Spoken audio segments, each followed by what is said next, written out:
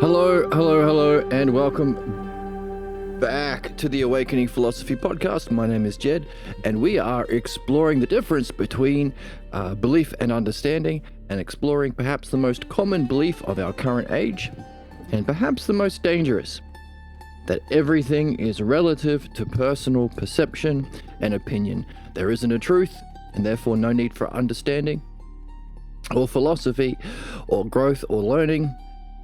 Truth is just whatever seems true to whomever it seems. So that's the idea we're exploring. We have Harry representing that position. We have Joseph representing someone with the skill of understanding, being able to explore ideas through the art of understanding, through the art of exploring ideas, the dialectic, and we have someone in the middle, Miss Aaliyah. Now, last time we saw some key questions come up. The difference between belief, or how it functions, interpretation, to add what isn't there, to leave out what is there, and a kind of combination of both, telling a second story to make sense. So when you've got a belief that you inherit, it's no surprise that Jewish kids have Jewish parents, and Muslim kids have Muslim parents, and Christian kids have Christian parents. We inherit our beliefs. We do learn them ourselves, so there is a kind of decision made. But it's part of our family, where we were born, history, culture. So we get our own personal beliefs from our upbringing, but we also inherit the cultural beliefs that we have to save. Because beliefs are in principle wrong. If they were true, they could be objects of understanding. We wouldn't have to believe some jabroni, some authority figure. Just turning down my audio a little bit. I think it seemed to be peaking out. Let me just bring my limiter back.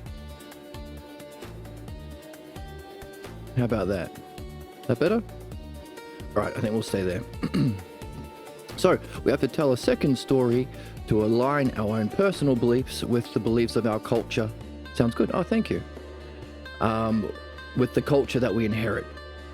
And we saw last time the significance of that is when you die, so do your beliefs. Because everyone has their own personal beliefs as their way of saving their cultural beliefs. And we know this because when we see those comedian videos of somebody asking MAGA, what do you think of the moon landing? One person will say some crazy shit. The next MAGA person will say some other different crazy shit. And so will the third person. There's no agreement. It's all personal. But what we saw in the text is what you do get is a feeling of commonness so long as you wear the MAGA hat. And you also have a quick way of seeing who's your friend and who's your enemy, who's for you and who's against you. And our friend in chat is going to, when he dies, a dead man switch will spin up an AI copy of me online. Okay, well, there's another option for the AI enthusiasts out there. So, whether you're looking around a group of fellow believers in MAGA or fellow believers in whatever religion, we know that if you've ever been in any of these situations, that person's crazy, that person's crazy. I mean, we're all Christians, we're all in church, but that person's an idiot. In other words, we know we don't share the exact same beliefs. Meaning when you die, so too does your beliefs die with you, because they're yours. And they're not an object of understanding. So with understanding, you can create things or share information, create works of art that can last. Because understanding is transpersonal, general, universal. And of course, the use of images and stories to convey true principles of reality and principles that we can follow as a soul to grow and learn, to apprehend higher levels or dimensions of reality, and ultimately know the self. So principles of reality and our soul's journey through reality, to take those lots of balloons, forces and principles and tell a story that personifies them through analogy, that's called allegory. That's a way of using stories and myths to leave something true that will allow people who are interested to learn and develop. Those things can last. So allegory. So we've been learning about how understanding allows that transition from images and stories that we can perceive, tell our friends, write books about, create an anime about, the transition from those stories to something better, rationality. That rationality we can use for our own development. Oh, yes, 100%. And share with our friends, because once you understand them, you can use them, you can communicate them to other people. Whereas with belief, if a belief-based authority figure is asked to explain, why do you believe this? They get mad. They will ignore you. They might mock you. They might threaten you. They might exile you from the group. Don't ask questions of the priest, otherwise you can't come to church.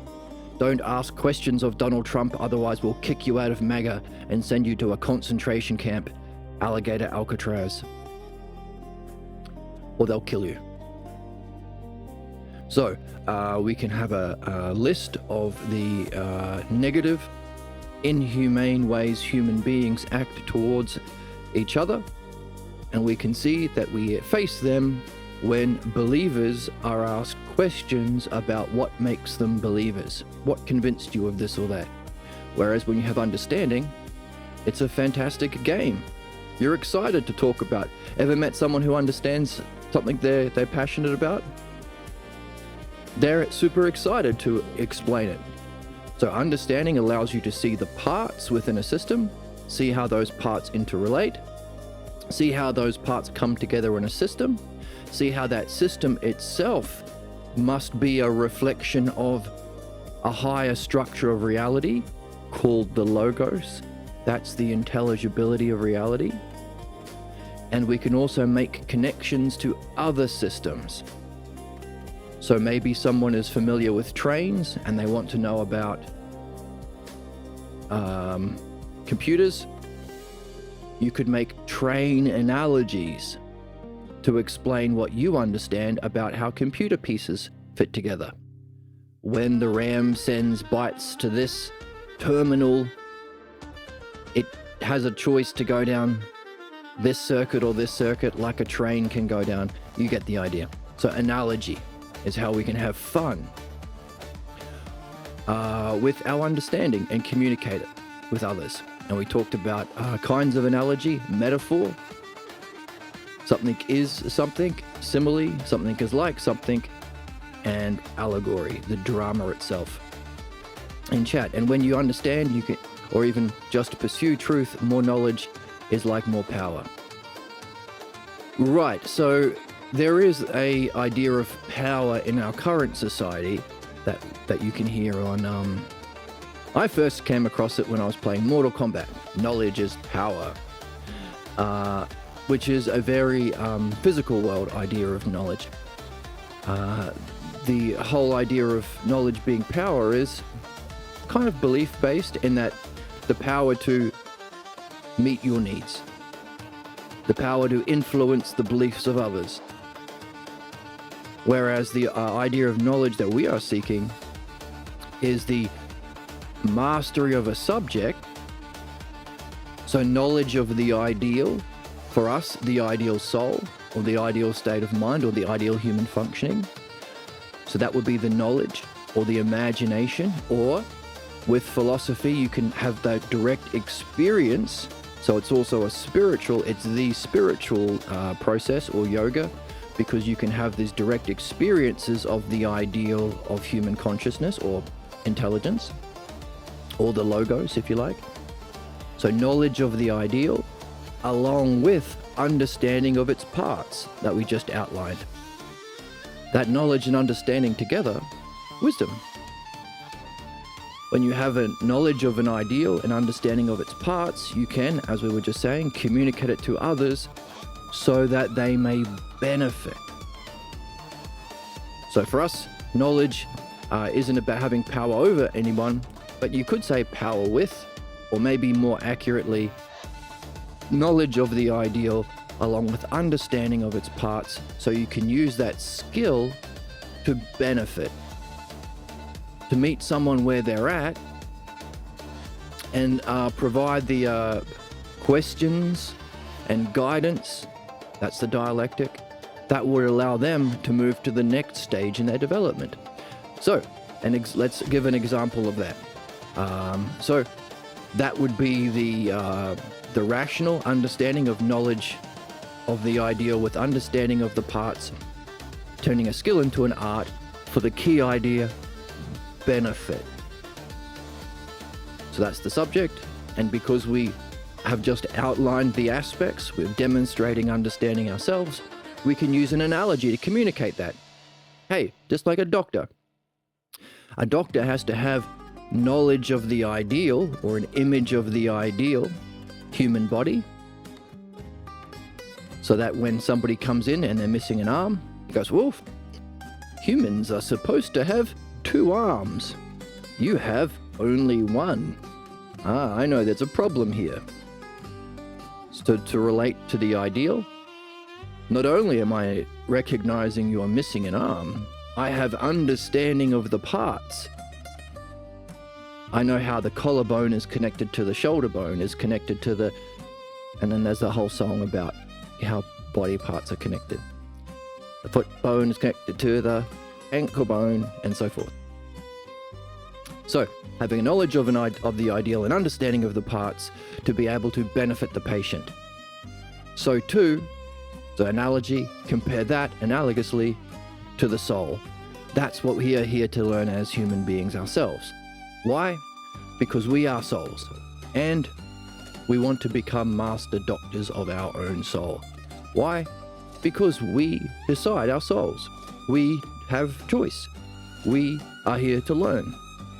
And the most ideal human functioning is as a dialectician, which would be like a doctor of the mind or the psyche. And as what we are learning is true not just to physical human bodies, but to consciousness, it's a kind of learning and nurture and way of being that we can take with us wherever we find ourselves, in any dimension, in any galaxy, and even beyond this physical lifetime. So one of the many reasons why it's our purpose as human beings functioning through time. You have a great way with words. Why, thank you. So, and also, the great thing about the dialectic, or having a great way with words, is the more you participate with an open, curious mind, your mind becomes the same. Because what we are doing is participating in the logos, which is the intelligibility of reality. So, unlike belief, believers in belief systems, there is an authority figure, and you stay as slaves. You're not as good as the pastor, or the priest, or the bishop, or the pope, or the imam, or the rabbi. It's always positions of power over people through belief. You can't judge. Judgment you can make with understanding, you can't with belief. You just believe it, and as Harry said in the book, you march to war under the banner of whatever belief you were born into. That's your historical role, and that's your entire lot in life. To be a loyal, what do we sing in church? Onward Christian soldiers marching as to war, to kill all the non-Christians, or the non-Jews, or the non-whatever. MAGA, the non-Protestants, whatever. So there's no rationality, there's no development, and there's no becoming like the higher members. Your position is fixed. So all belief systems, well, all systems in society that are based on belief, as we are learning, have the same thing. If you're not born a billionaire, you are a slave. You have no rights. We can abuse you, says the billionaire Epstein class. If you're not born a Jew, then you're a goyim. We can use you as slaves and we can genocide you if we want, says the Jewish religion and any belief-based group that appeals to it. Same thing with MAGA. If you're not born a white, then we can kill you and use you as slaves and then dump you in a concentration camp. There's no growth and development.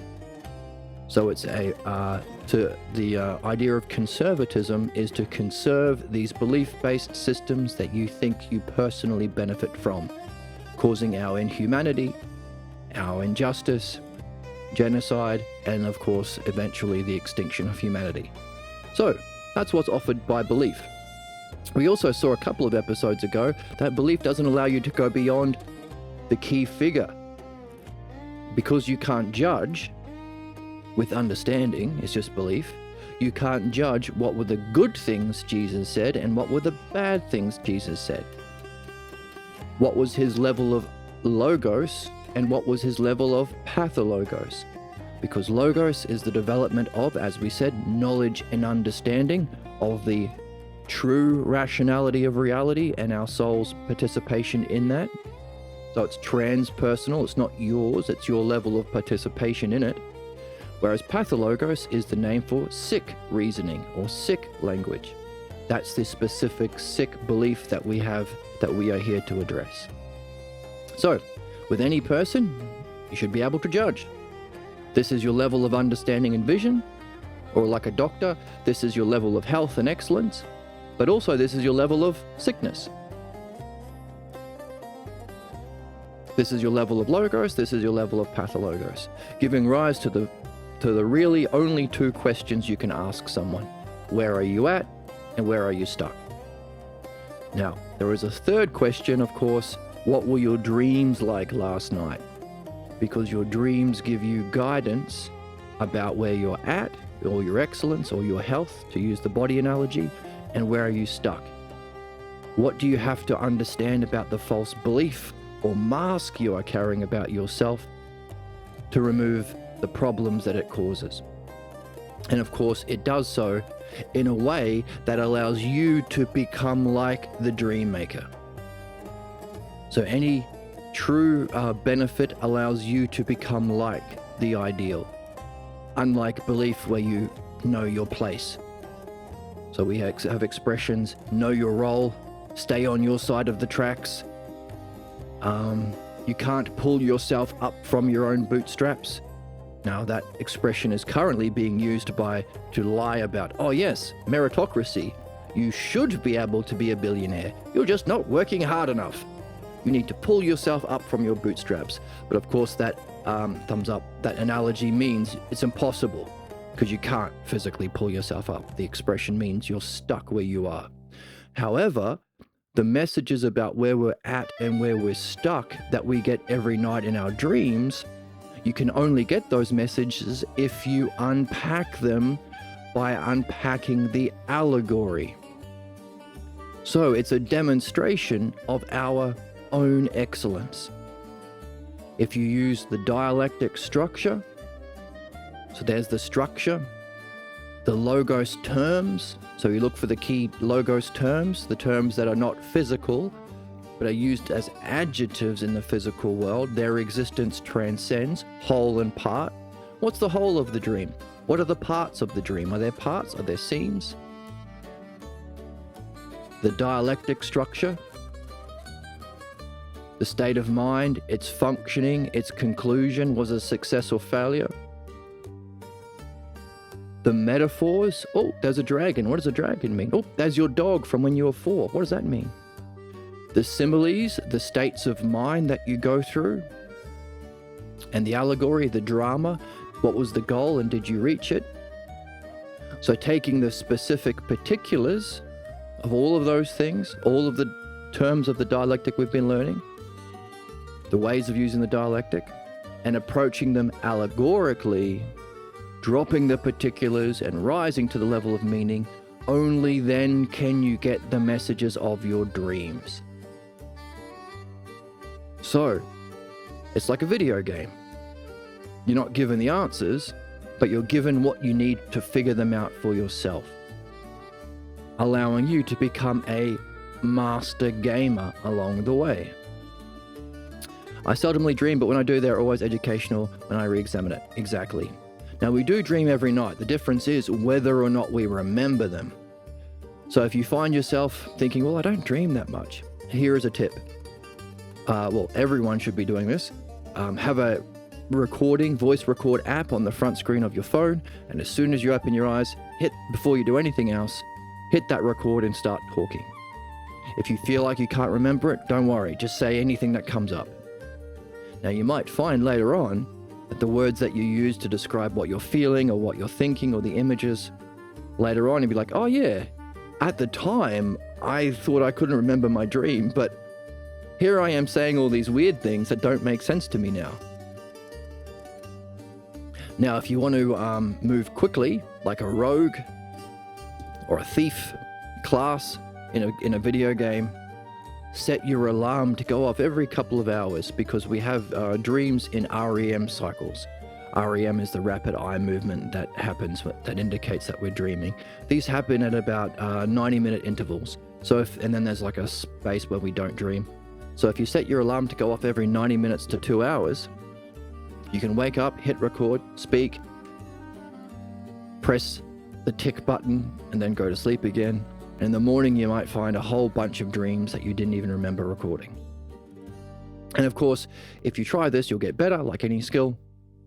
But also, if you're doing your best, then your mind will work with you.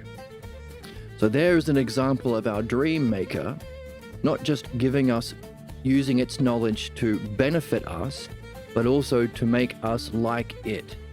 Because the more we become familiar with using the dialectic and allegory to unpack the meaning, the more we become masters of the dialectic, masters of allegory, which is our highest functioning and our purpose as human beings.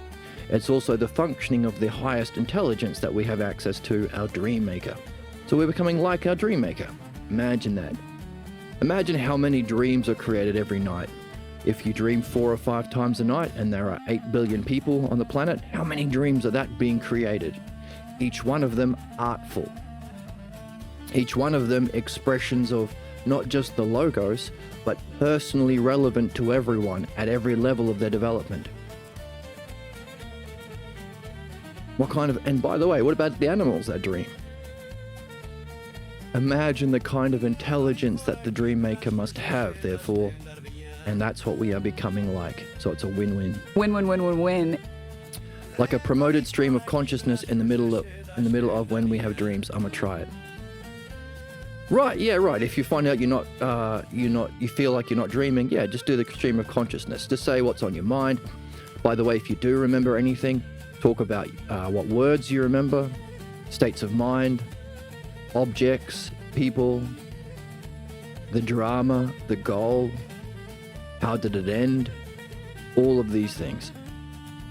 And as we are learning to read this book without interpretation, to move from belief, which functions through interpretation, projecting your own beliefs and reacting like that, so you're stuck in a zombie-like NPC script, you project your own beliefs that you get from youth, and then you respond according to that same belief-based script. So we hear expressions like, well, from the right-wingers and from the Christians and all of these belief groups, every accusation is a confession. It's all projection with them. Yep. Which is why they never learn. They act unjustly. They project their own problem that they're angry about, and then they respond in the very way that made them angry in the first place.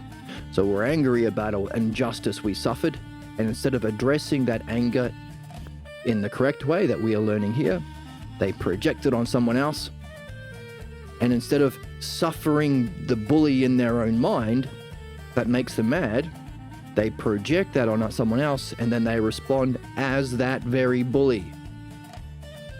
So look at anyone. Look at Trump, for example, as a fantastic example. Someone very cruel and very racist and very chauvinistic. That's clearly what his parents did to him, and he is still angry and upset about it because he has not addressed it properly. and that's how he's functioning to others. And the whole time, feeling like he's the victim. So that's the nature of human injustice and cruelty towards others as a result of being trapped in that belief-based loop. Whereas, as we're seeing, understanding allows for our development. Understanding can lead to deeper insight. That insight then becomes an object of understanding, which then allows deeper insight. So upward and upward and upward we grow. So that's what we're learning about the difference between belief and understanding why belief-based cognition is the root cause of all human problems. Because whether you're a Stalin or a Hitler or a Trump or a everyday religious person marching under your religious banner to subjugate someone else or murder some other religion or other race, all of these unjust things have a common root. They're all belief. They all started from a state of mind and a cognitive function called belief. Whereas good things, someone fixing your computer, someone fixing your car, someone healing your body, the ideal of course, somebody leading you through dream analysis and the dialectic to understand your problems and reach your excellence in your reading, they all have a common cause too. They're all understanding. So, belief, the cause of all human problems, individually and collectively, understanding what's required to solve it and reach our excellence. But we're seeing that there are some cultures that tried to understanderize their belief traditions. For example, we have Philo, who tried to take the Old Testaments that the Jews adhere to. When you take it literally as a believer, you are following an irrational, cruel, vindictive, jealous, stupid God, and that's what you're becoming like. But if you find a way of taking all of those specifics in the story and making an allegory to something rational and good, using all of the terms that we've been talking about today and the structure that we've been using behind our reflection, then you can save the belief by making it rational.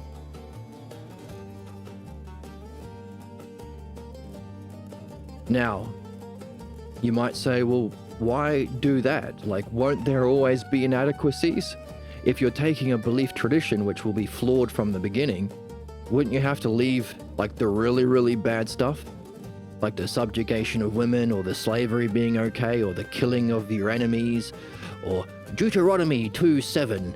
God said, slay all the children and the animals, because revenge is good, and I'm angry and stupid. Do we have to leave that out? Sure. And aren't we kind of just projecting?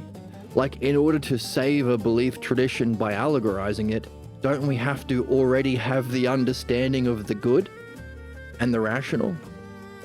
That we can't have learnt from the religion, we must have learned this from somewhere else. Philosophy. So, aren't we really philosophers? Don't you have to be a philosopher? It's like if you're watching Blue's Clues and you're a physicist. You could find a way of explaining how Bluey, that's all I know from Blue's Clues. No, Blue's Clues is not, that's a different cartoon, that's Bluey. How the chair from Blue's Clues represents a neuron, and Blue represents an electron, and Steve represents a proton. Sure, you could do that, but you would already be a physicist. So you could make the argument that you'd have to leave out a bunch of stuff if you were to allegorize the Old Testament for the Jews. And you'd have to be a philosopher already to know the true and rational. So aren't you really a philosopher and not a Jew? And why save something that was flawed from the beginning and is the cause of human problems? And you'd be making a good argument. So Elias asks the question, what would you say is an ideal allegory? And Joseph, in the book that we're reading, said Plato's allegory of the cave and the upper world. Now, often it's talked about as Plato's cave allegory, but it's the cave and the upper world. And what makes that different? Because it was designed with the rationality in mind. It was designed by a physicist. Just as our dreams are designed by a master dialectician who knows about yourself, your problems, your stage of development, and the principles of reality. So, if you want to check that out for yourself, you can look for the Balboa translation of Plato's Republic and look at Book 7, where you can find that. Now, just like a video game, there's a puzzle being given to you, but the solution has to be found in the game. If you have to find the blue key to open the blue lock when you're playing Resident Evil, hey, Blue Lock, that's an anime. That's a cool anime. I wish I watched that when I was younger and playing soccer. To find a blue key in the blue lock, what a strange aside. You're not really playing the game if you use a cheat code to take a blue key that you've already found in Mario Brothers and bring that into the game to open the blue lock in Resident Evil. You can't do that. That's not really playing the game. You're not going to be learning how to become a master gamer. What you're supposed to do is find the allegory of the text and find the equivalent terms. So everything in the cave and upper world allegory, find the equivalent terms in the book to solve the puzzle. So not only are you getting the information, but you are becoming like a dialectician because you are learning to use analogy. It's a win-win. It's a win-win-win. So that's where we are in the text. Learning the difference between saving belief, and if you want a fancy word, that means the formal activity of trying to save old bullshit beliefs from the past. That's called hermeneutics. That's also the European way of thinking. So when you go to school and you learn about philosophy, they do hermeneutics. They try and learn a whole bunch of opinions and beliefs. Hegel's opinions and Nietzsche's opinions. There's no judgment. Was Nietzsche right? Was Hegel right? Who the fuck knows? The point is to memorize them so you can vomit them out to justify your own beliefs. And that's what Harry has been doing. He's been trying to justify that everything is all relative. So he quotes a bunch of old philosophers he learned at college. And then he realized, hang on a second, this is the only time in my life I've ever thought about these men. That's right. That's why modern philosophy is called by Socrates philodoxia, love of opinions. They only learn this stuff not to find the truth, but to get confident in their own ignorance, their own beliefs and opinions. So hermeneutics is a fancy name that describes that. Impress your friends. Whereas true learning is to see what's there without interpretation, without the desire to save your own beliefs. Which means you got to read the text yourself. So, to demonstrate this idea that people don't read the text, they try and hermeneutic it or interpret it to make it fit. For example, in cultures where slavery was okay and women were just as smart as cattle, or slightly more intelligent than cattle, but not as good as men, then, yeah, you'll find all that stuff in the Bible, justifying slavery, justifying genocide, justifying the abuse of women. But now that we know from reason and evidence that those things are wrong, and to believe them would be horribly embarrassing, you have to change your interpretation to save the text, hermeneutics. But like we say, that means you're a philosopher. You can't become a physicist just by reading Blue's Clues properly or watching it properly. You have to already be a physicist to create those connections. That's the difference between reading this and reading some religious text. This is rational. So too are your dreams. Your job is to raise your mind to meet that level of intelligence to see what's there. So, an example of that is the Adam and Eve story. Do you have some beliefs about the Adam and Eve story from people that influenced you growing up? That women are the cause of sin because Eve tricked Adam by lying to him, and the evil snake tricked her, and they were both banished, and they had to live by the sweat of their brow to be enslaved by the billionaire Epstein capitalist class because it was their own fault. And God was right. He was the good guy. All that stuff. So, there's an activity you can do. Write down everything that you think about the Adam and Eve story, and then find the text, open it up, read it, and conclude. And then compare the two. And you might find something very interesting. And you won't see it unless you do it. Okay, so that was for Aaliyah. And her response is, well, yeah, I guess I'm going to go do it. I'm going to have fun finding it out. And the good thing about philosophy is it's a relationship. We can have coffee tomorrow or next week. In other words, whether I have success or failure, it doesn't really matter. Because our failures become objects of reflection in the dialect to understand why we failed, and dream analysis. And our successes, also we get to share and enjoy and explain with our friends. It's a relationship. There's no punishment for getting it wrong. That's the stupidity of belief. Belief can't actually solve a problem. Imagine going to a doctor who doesn't have any understanding about medicine, only believes he's the doctor. What do? They can't help you. They can only hurt you. They can prescribe medicine that doesn't work and will make you more sick, or they can chastise you. You have diabetes, your diet was wrong. Whoa, it's your fault. Don't blame me. By the way, the exact same thing that all of the medical professionals under Trump, conservative, which means bound by belief, all of those medical officials are doing. They're killing people because they lack any understanding. They are just cosplaying. Because, hey, if it's their belief they're a doctor, I call myself Dr. Phil, then that's just as true as a real doctor, isn't it? No. However, our culture thinks yes. So instead of addressing obesity, they blame people. And they punish them by taking away healthcare. So there's no blame, no shame, no punishment when it comes to philosophy and the dialectic. Just openness, curiosity, and fun.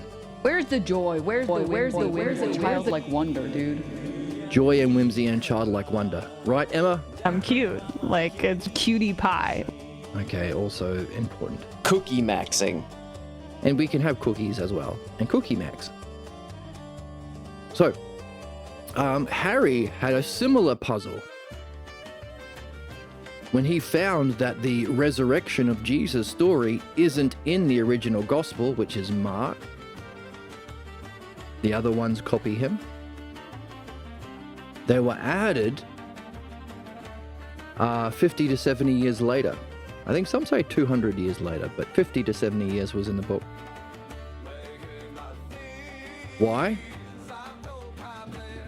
Because this magicking of Jesus coming back to life at the end of the world, or the rapture, the end of the world was supposed to happen in their lifetime. So who cares? But when that didn't happen, instead of saying, well, our beliefs were wrong, like a good theory of understanding, our understanding was supposed to show that when we dropped this thing, gravity would make the feather float up in the air. But actually the feather fell down, so we have to change our theory. Believers can't change their theory because that's the stupidity, the fucking stupidity of belief. It doesn't change. You change the evidence. So they created a whole different belief about Jesus coming back to life after being dead for a while, like a zombie. physically coming back to life, and that means what? Whatever you want it to mean.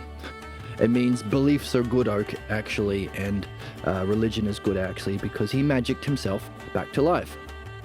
So they created a bigger story, hermeneutics, to save the story that was proven false. Because it ends with Jesus saying, "God, why have you abandoned me?" as Jesus is on the cross. In other words, the idea of God as someone who is your servant or slave, as religious people say, God wants us to be in charge. We are the chosen people. We are the Jews or the Christians or the Protestants or the Mormons. And God's highest idea is for us to be in charge. And God's like a dog. He will curse our enemies and he will bless our friends and do what we want. So this is a sick idea of God. And instead of reflecting on his cultural and religious beliefs, Jesus had a peak experience, thought he was enlightened, and then made sense of it with his beliefs and not understanding. As we've been seeing, to be in the game of rationality requires certain principles that we are creating or discovering. Your insights or spiritual experiences, number one, are objects for reflection to develop understanding. He didn't do that with his enlightenment experience, his brilliant light experience. The second principle is, when you do have insights or experiences and or understanding, expect the counterattacks from your beliefs, because human beings deal with both, logos and pathologos, to perfect the logos and purify the logos. So keep your cool as you expect the up and downs of that drama. Jesus didn't do that and made sense of his peak experience with his belief, causing his tragic end. Therefore, the story of Jesus is a cautionary tale about not following the principles of being Hellenic. What it truly means to be rational, or philodianoia, the love of understanding. If you're not following these principles, it will lead to disaster.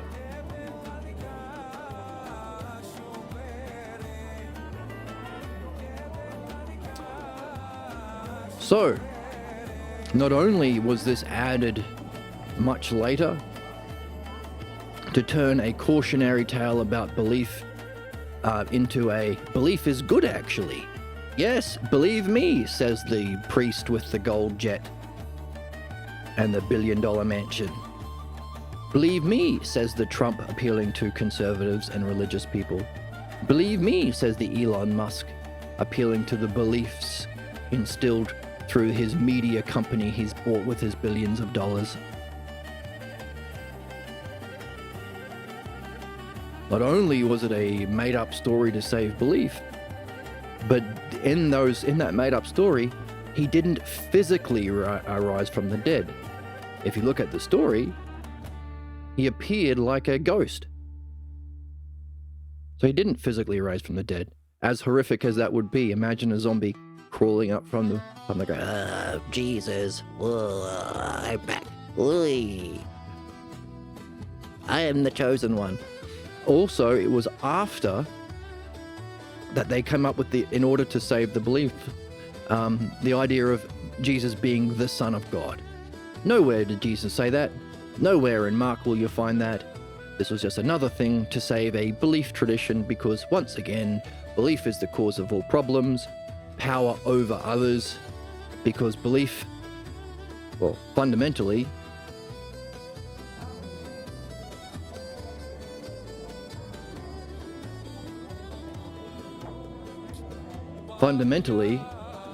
we have goals that we seek, and there are steps to reach that goal.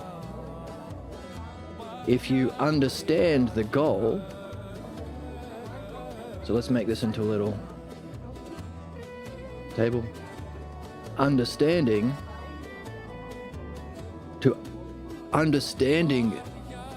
the steps would be being rational. Ever notice that no politician or religious or capitalist person ever provides rational, true, seeable, demonstrable steps to reach a goal? They just say, have hope, have prayer, have trust me, bro. And that's, if your goal is something true, that's called intelligible. To have understanding of a true and good goal. So that's good.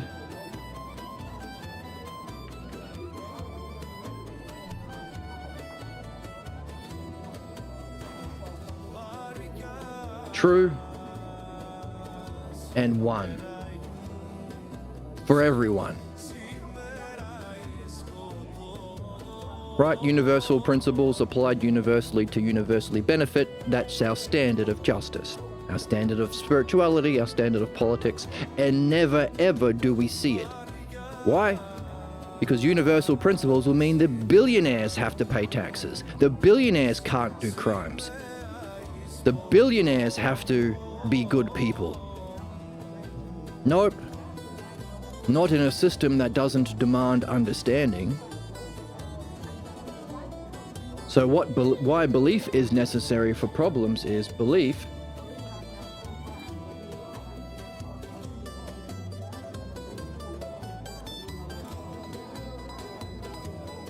let's make it a table.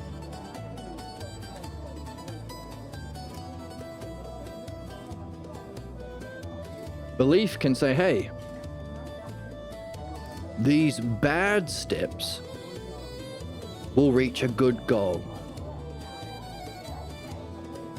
If we kill enough Iranian people, the price of petrol will go down. If we enslave enough foreigners, you'll have an easier life. If we put these children in cages, then the foreigners won't take your jobs. So, in order to get people to do bad things, kill, enslave, murder, accept injustice, a believer can say, it will be a bad step to reach a good goal. So it's actually a good step. Irrational. Irrationality.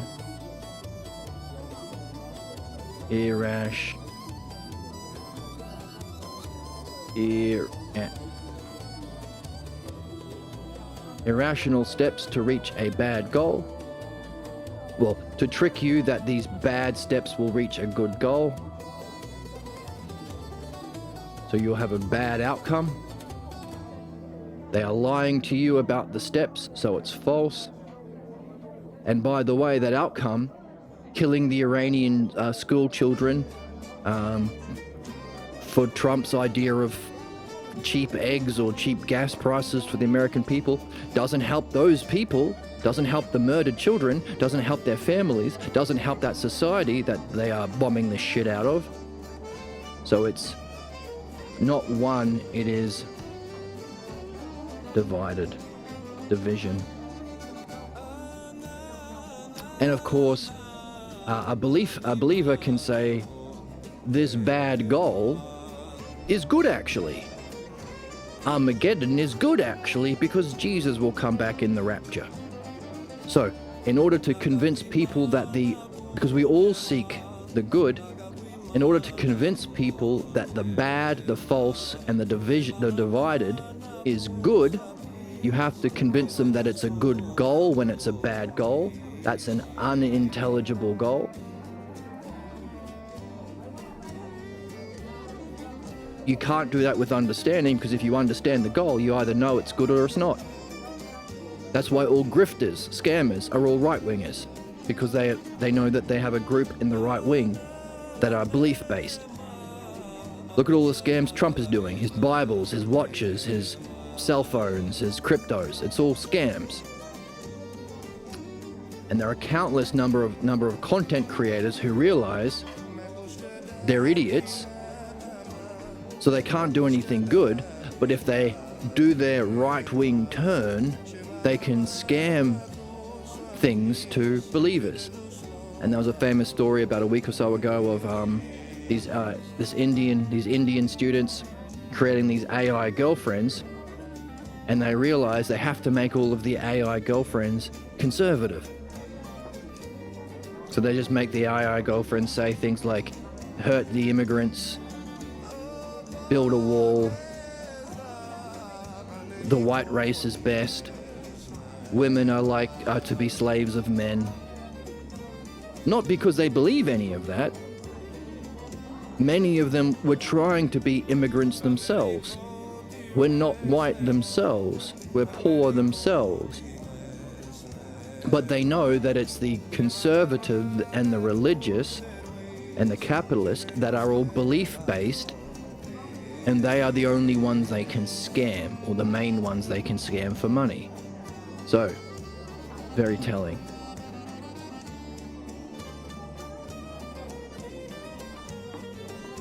Therefore, in principle, in functioning, belief is necessarily required to convince you the bad step is good or the bad goal is good. If you understand the steps, you can't be tricked.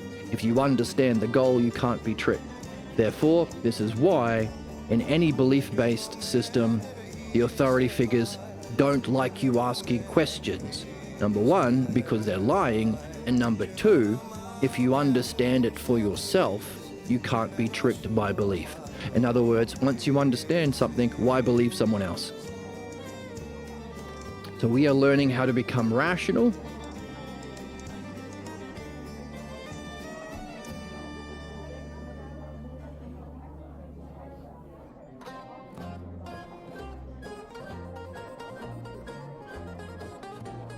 So under this, we could have the ideal, since we're talking about ideals.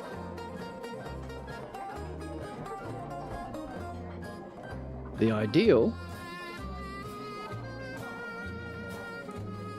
of rational steps is called the logos, or following the logos.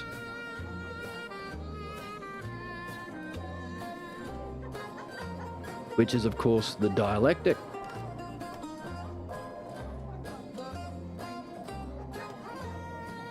And our ideal goal, or the intelligible. To be intelligible means you can grasp it and know it.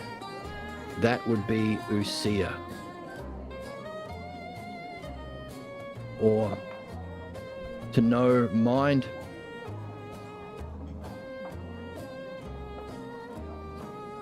Or being.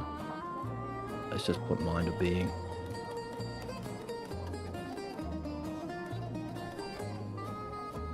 So for mind's capacity to turn away from physical shapes and colors and shiny objects, to turn around and know itself, to separate your soul from the body, or to experience death before they bury you, that's ousia, the capacity we have for mind to reflect upon itself.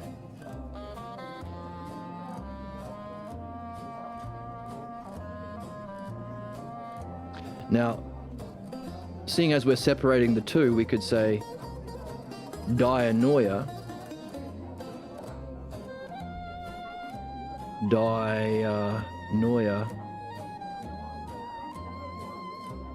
or understanding with a capital U,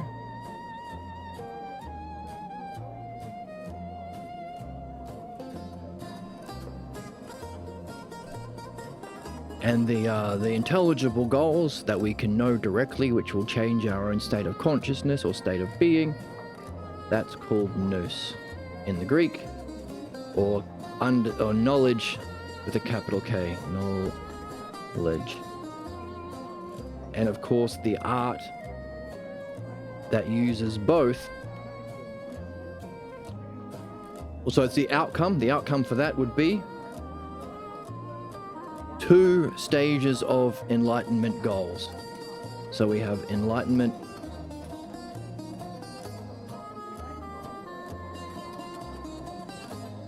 mind knowing itself as the object of intelligence or knowledge. The words used to describe that, its goodness, its beauty itself. So beauty, justice, harmony, excellence, all of these are words that you could put under the banner goodness. These are all goodnesses. Beauty is goodness, harmony is goodness. It's reality itself. People who experience it go, oh, I can't believe I took this physical life as real. I experience reality, or the truth of reality. And by the way, all of these aspects, not forms. In academia, they call this forms. It isn't forms. That's a language of the physical world. Eidos, aspects, all of these aspects, the truth of reality, goodness, beauty, justice, whole and part.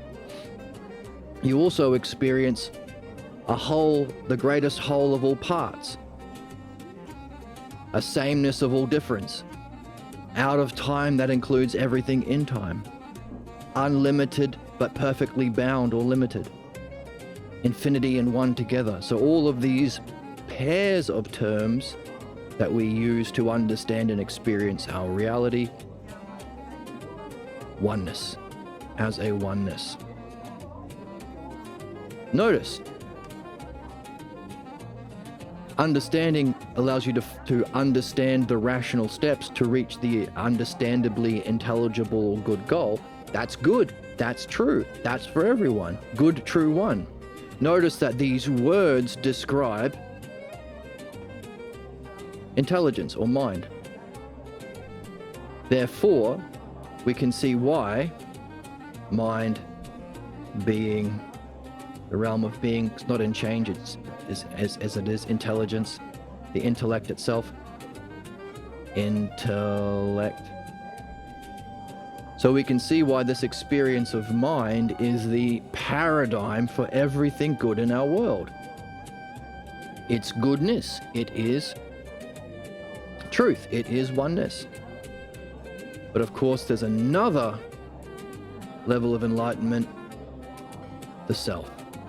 The good self, the true self. For there to be goodness, there has to be a cause. For there to be truth, there has to be the principle of true. For there to be oneness, there has to be a principle of one. That's the self.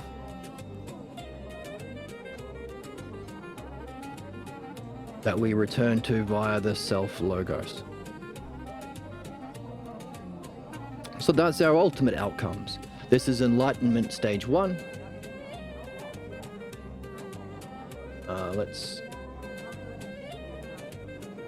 The two categories of enlightenment that we seek as intelligent beings. So 2 kinds of enlightenment.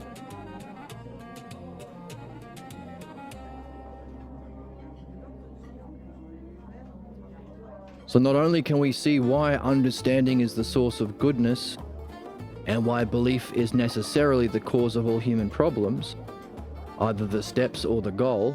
By the way, you can personify either one of these through allegory. A story where someone has a bad goal to start out with, to demonstrate a belief that they're carrying. Or maybe they have a good goal, but they have a bad steps, because that's drama. You have a goal, and you either reach it or you don't, depending on the steps that you use. So this is what we can use this table to unpack our dreams, to get the messages, but also to understand the problems we have in our life. Are you seeking a bad goal, or are you following bad steps? Or how can you perfect your ability to be rational and your understanding of your intelligible goals, or experience them in more depth? So here we have our insights or experiences, which becomes objects for rationality or understanding. And that understanding leads to the goal.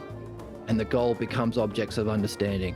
So you get so you go better and better and better and better and better. That's learning. Leading to the ultimate goals: goodness or the good, truth or the true, oneness or the one.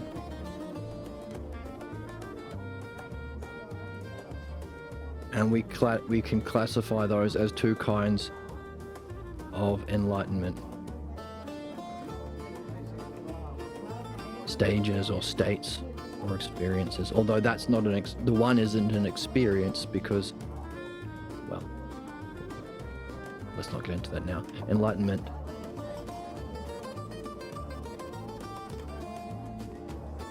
That's the ideal. I-D-E-A-L, not I-D-E-A-D. I-D-E, ideal, there we go. So, necessarily, which one does Harry represent? Which one does Joseph represent? And is Aaliyah in the process of transforming from one to the other? So therefore, we can take that back to our table of the different stages of cognitive development. The 4 kinds of cognition that we can do: image thinking, belief, understanding, knowing, leading to the ultimate knowing and showing of the self.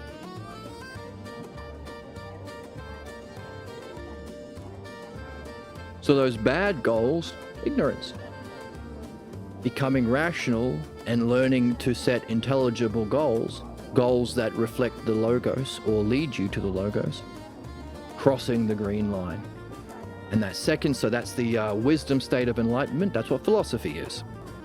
The development of understanding the dialectic to reach those peak experiences. That's philosophy. Why? Because Sophia means wisdom in Greek. Philos, Sophia, love of that peak experience. Crossing the green line.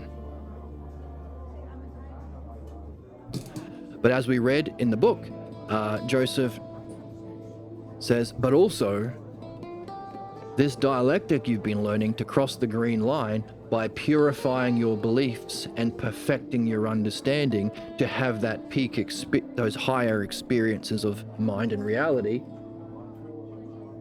You can use that. Remember our first principle? Your enlightenment experiences become objects for reflection. So you can even use that dialectic to reflect on that, to find its cause, crossing the purple line, to know the self. The true self, the good self, the one self, or the self logos. The inherent intelligibility of the self. So returning to the root source of everything, the self, but that for the sake of which, the reason why we go through this process is that in the return, we've learnt the dialectic and we've learned to see the inherent intelligibility within the self, which is beyond experience. Otherwise, you might encounter something beyond experience and not recognize that you have to use language in a different way. So you might call it emptiness or nothingness, like Eastern spiritual people do when they encounter that state of self. They don't recognize it as the self, they don't see the inherent logos to be seen there, because you need understanding to do that. Because theirs is an experience-based tradition, it doesn't have the logos. You require the understanding to have the understanding. So crossing the green line and crossing the purple line, or where's our table? The 2 kinds of enlightenment. And if you want to understand that in greater depth, you can check out the book that we just finished reading, Socrates and Jesus, A Dialogue in Heaven, and there's a whole playlist on the YouTube where you can read along and explore that together. Welcome, Sus.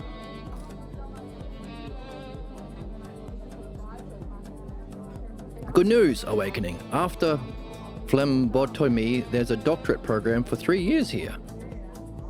Oh. Is a phlebotomy like a lobotomy? Where they take out your labos? What? Lobotomy? Accelerated, but sooner than 4 years. Doesn't include a residency, but it's this for the school part. Oh, congratulations. Good luck with that. Remember, in principle, as you perfect your knowledge of the ideal of the human body, phlebotomy, we draw out blood sugar. Or blood, sugar. But what do you do when you have a lobotomy? You draw out your labia? Wait. Oh my goodness. They're a weirdo. That was a bad joke. dead-eyed, and I don't use this kind of terminology lightly, dimwits. That was a dimwit joke. They're completely lying to you. Well, that's not true because I don't think so. So, as you study, you could recognize, oh, I'm very excited. Oh, congratulations. Jester Goon Maxed. You're just a goon maxing by being happy with your goal.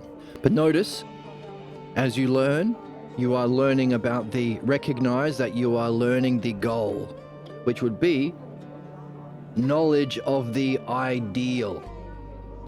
Knowledge of the ideal. What's the ideal? Lobotomy is brain lobes. Oh, there you go. So you're learning the ideal of the healthy body, or the healthy limbic system, or healthy blood system. That's your gaining a understanding of the goal intelligibly. That's why you go to school. Whereas a believer will say, hey, you don't have to go to school. You just, whatever bullshit you believed, common sense. That's an unintelligible goal. So we have the Dark Ages, where the religious people became doctors and just did leeches to remove blood through leeches because you're a crazy, irrational woman in hysteria. You need to get rid of some blood.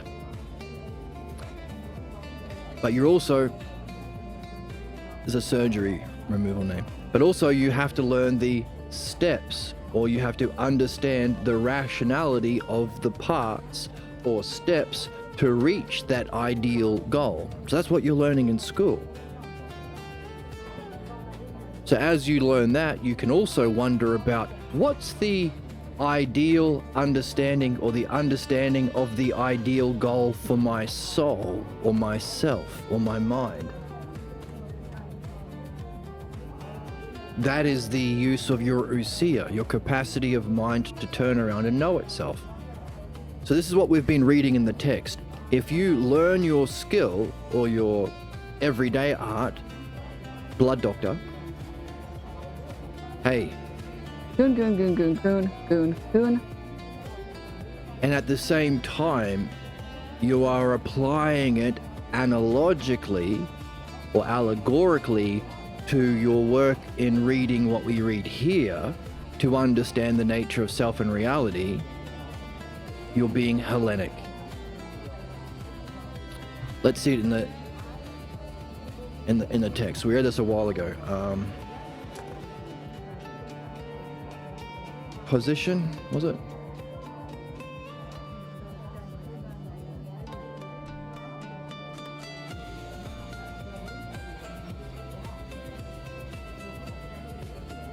Excellence.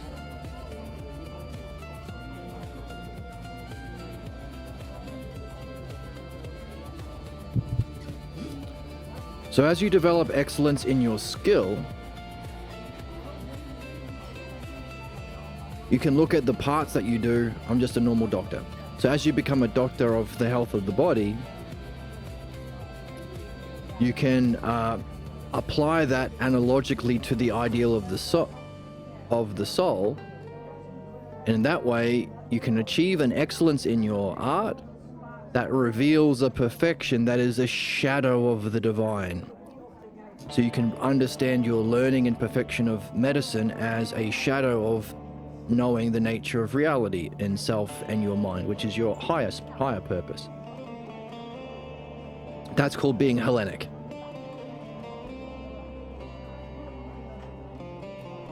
So one way of doing that is recognize that in your study you're learning the too lazy, you want nurses to do your bidding. Okay, you're learning the ideal of the goal, the ideal healthy body. You are learning to have an understanding of its rational parts. So that's the understanding. While at the same time looking for the analogical reflection in the dialectic. How does this ideal healthy body give you insight into what you are learning about the ideal mind or self?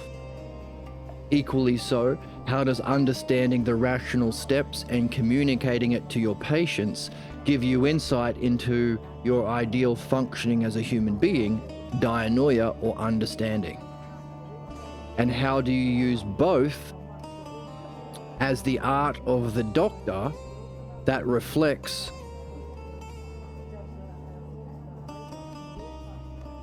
the true art we're here to perfect as living beings. So while being a doctor can make your life more comfortable and longer, the question is, for what reason? Why do we keep people alive? Why do we want to live ideally pain-free life? So we can do this, understand the ideal functioning of our understanding, both in this life and beyond, and the ideal goal for which we exist, reincarnated or living. So you can see the dialectic uses the ideal steps to reach the ideal goal in a way that benefits. So as you are learning medicine, recognize you are learning the ideal you are learning the ideal goal, recognizing which means being intelligible, you know it, you're not believing someone else, and the rational steps, and apply that to this here. Now, you also have to recognize, for any human being to learn anything, you have to recognize that learning the ideal, the intelligible goal, and the rational steps ain't enough. Why? Because you're a human being.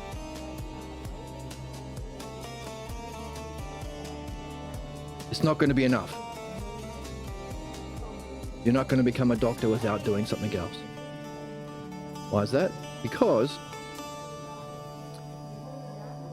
as we take those rational steps that we put on the table to our intelligible goal, at every step we face a block.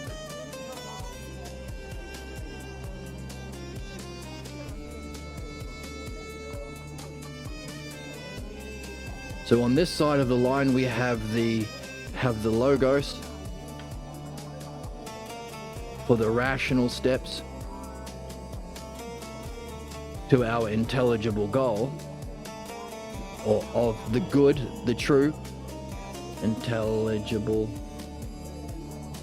So these are going to be rational steps, meaning that they're good.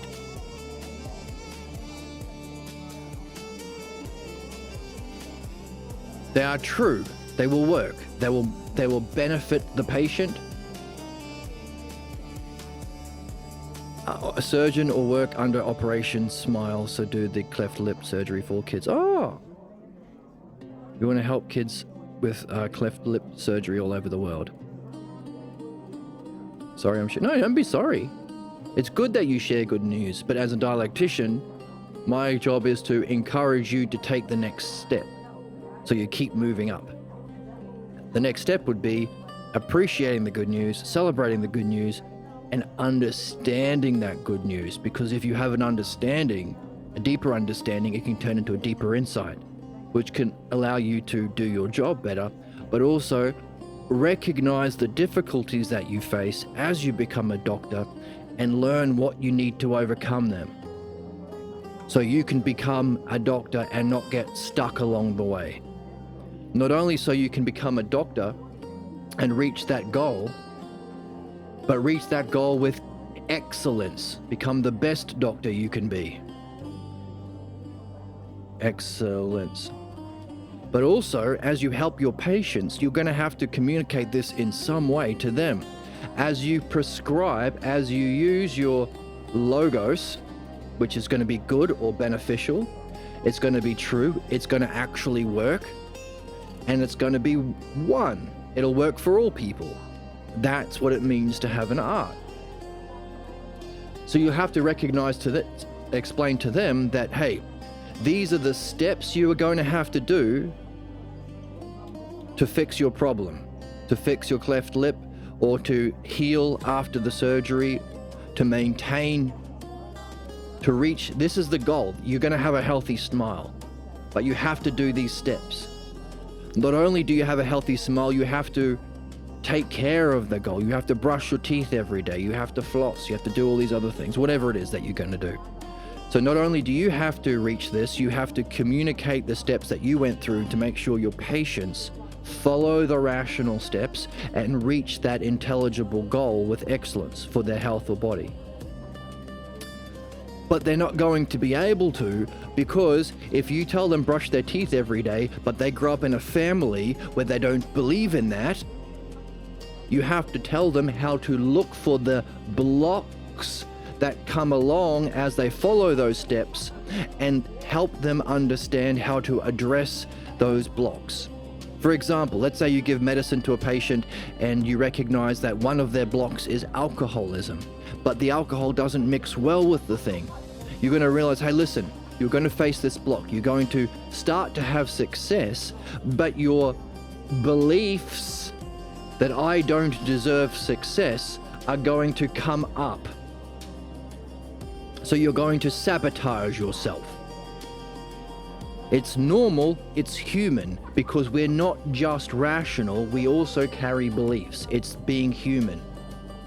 So you'll want to take the alcohol because you want to sabotage yourself, but that alcohol won't mix well with that medicine, so you'll never reach your goal.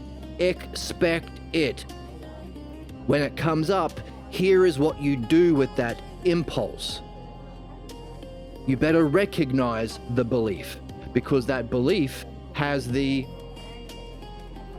irrational steps or behavior.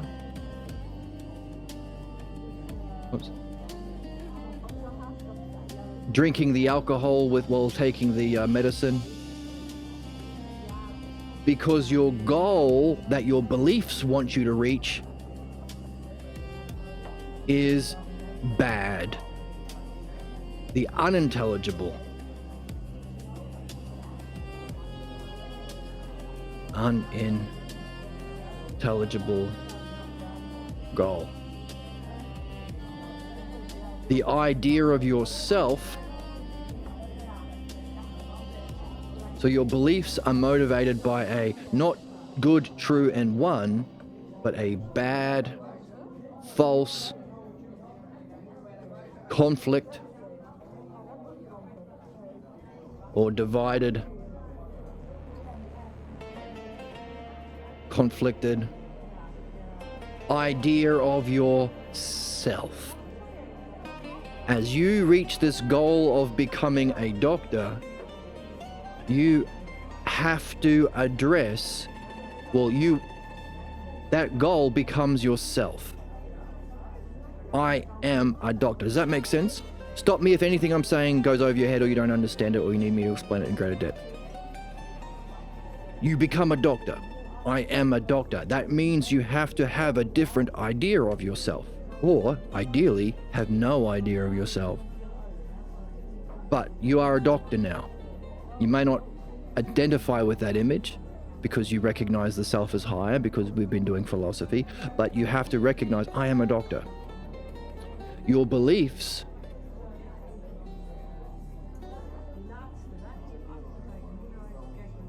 will block that. False belief and image of the self. So, as you go through the rational steps to become a doctor, steps that are good, true, and true for everyone, or universal, or one, to reach your goal, to function more intelligibly with medicine, with excellence, you are becoming this higher idea of yourself. Every step of the way you will face a block of some kind, because your beliefs will counterattack, because your beliefs that we all have, that's why we're human beings, are irrational and lead to an unintelligible goal to justify and maintain this false belief and image of yourself. Bad, false, and in conflict. So you can say, well, why do you want to fix people? What's the point of living? This. Because everything we do, if it's an intelligible goal, if it's not, I was going to say becoming a Pokemon master, but I suppose there's some rationality involved in learning all the Pokemon names and the moves and learning how to use them intelligibly. If the goal, like you as being a doctor, is a rational goal, then as you perfect this, you have to go through these stages. You will only reach that goal with excellence if you're also learning the logos, because the dialectic or logos is required to address those blocks and also create an analogy between your mastery of your doctorship, the art of medicine, and the art of the dialectic. And the good thing about this, different from belief, is because you've understood every step to reaching your goal and how it will better yourself, and you've recognized the irrational steps that block you, that keep you bound in fate, an unintelligible goal, because you've had to understand that to go through it yourself in the mastery of medicine, you can communicate it to others. So not only can you prescribe medicine, you can make sure they actually reach it themselves by helping them recognize the things they have to anticipate and the way of addressing those blocks that they anticipate along the way. And if you find certain patients are not only interested in a more beautiful smile or healthy blood, but they're interested in understanding themselves or finding their true purpose, or they also seek an intelligible goal, the reason why they want to be healthy is so they can reach some goal, you can communicate using what they went through to become healthy, or what you went through to become a doctor. You can use that as an allegory or analogy to communicate how this also applies to the self. In other words, you can become a doctor not just of bodies, but of souls. That's called being Hellenic. That's called being rational. That's called being a philodianoia, love of understanding. That's the new age of being. Soon, if humanity is to survive, if we are able to overcome the belief-based blocks that will cause human extinction, it will be because we've all become Hellenic. Meaning, if you do this, you can yourself become Hellenic and become a model for all humanity. Because what you are doing is good, so everyone can benefit. It's true, it works, and it's for everyone. It's one. That's Hellenic. So in other words, your life work will not just help you and help the patients, it will help their souls and become a life's work that can be a model, an object of reflection for all humanity long after you've left planet Earth. That's the difference between belief and understanding. None of that is available to belief. Belief functions to block that by passing off irrational steps to an unintelligible goal, preventing anyone from becoming a regular doctor, preventing anyone from becoming a rational doctor or a Hellenic doctor. That's called the Dark Ages, where everything was fucking terrible and we almost went extinct. So, if we are to overcome that, the blocks to humanity by belief, it would be all of us becoming Hellenic, which is learning this. It's a simple diagram. You can draw it yourself and put it on your fridge, or turn it into an embroidered pillow, sell it on Etsy. Give me 10% on the back end. I need those back end points, which is what we defined in this truth table, demonstrated in human drama. So this definition, so we can see this as a definition. Make it a bit thicker. That's what she said. I have you have the brain of a child if you think that. That was a bad joke. Very interesting crap. Definition, or the terms and structure.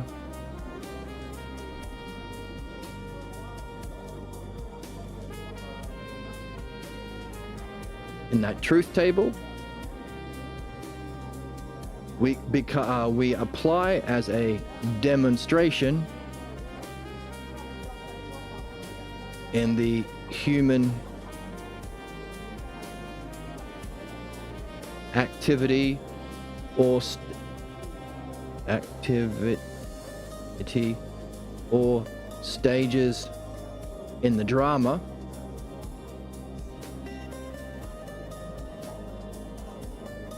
Definition and demonstration, the first two categories of the dialectic. Or you can itself take these two as a mini dialectic, these two together. Because you can say, well, division is a different extension of demonstration, and conclusion is a new definition. So it's kind of, there's a symmetry in the dialectic allowing you to take the first two. Definition and demonstration. Which is itself, these two things together, the definition, demonstration, an example of having two together. What's that called?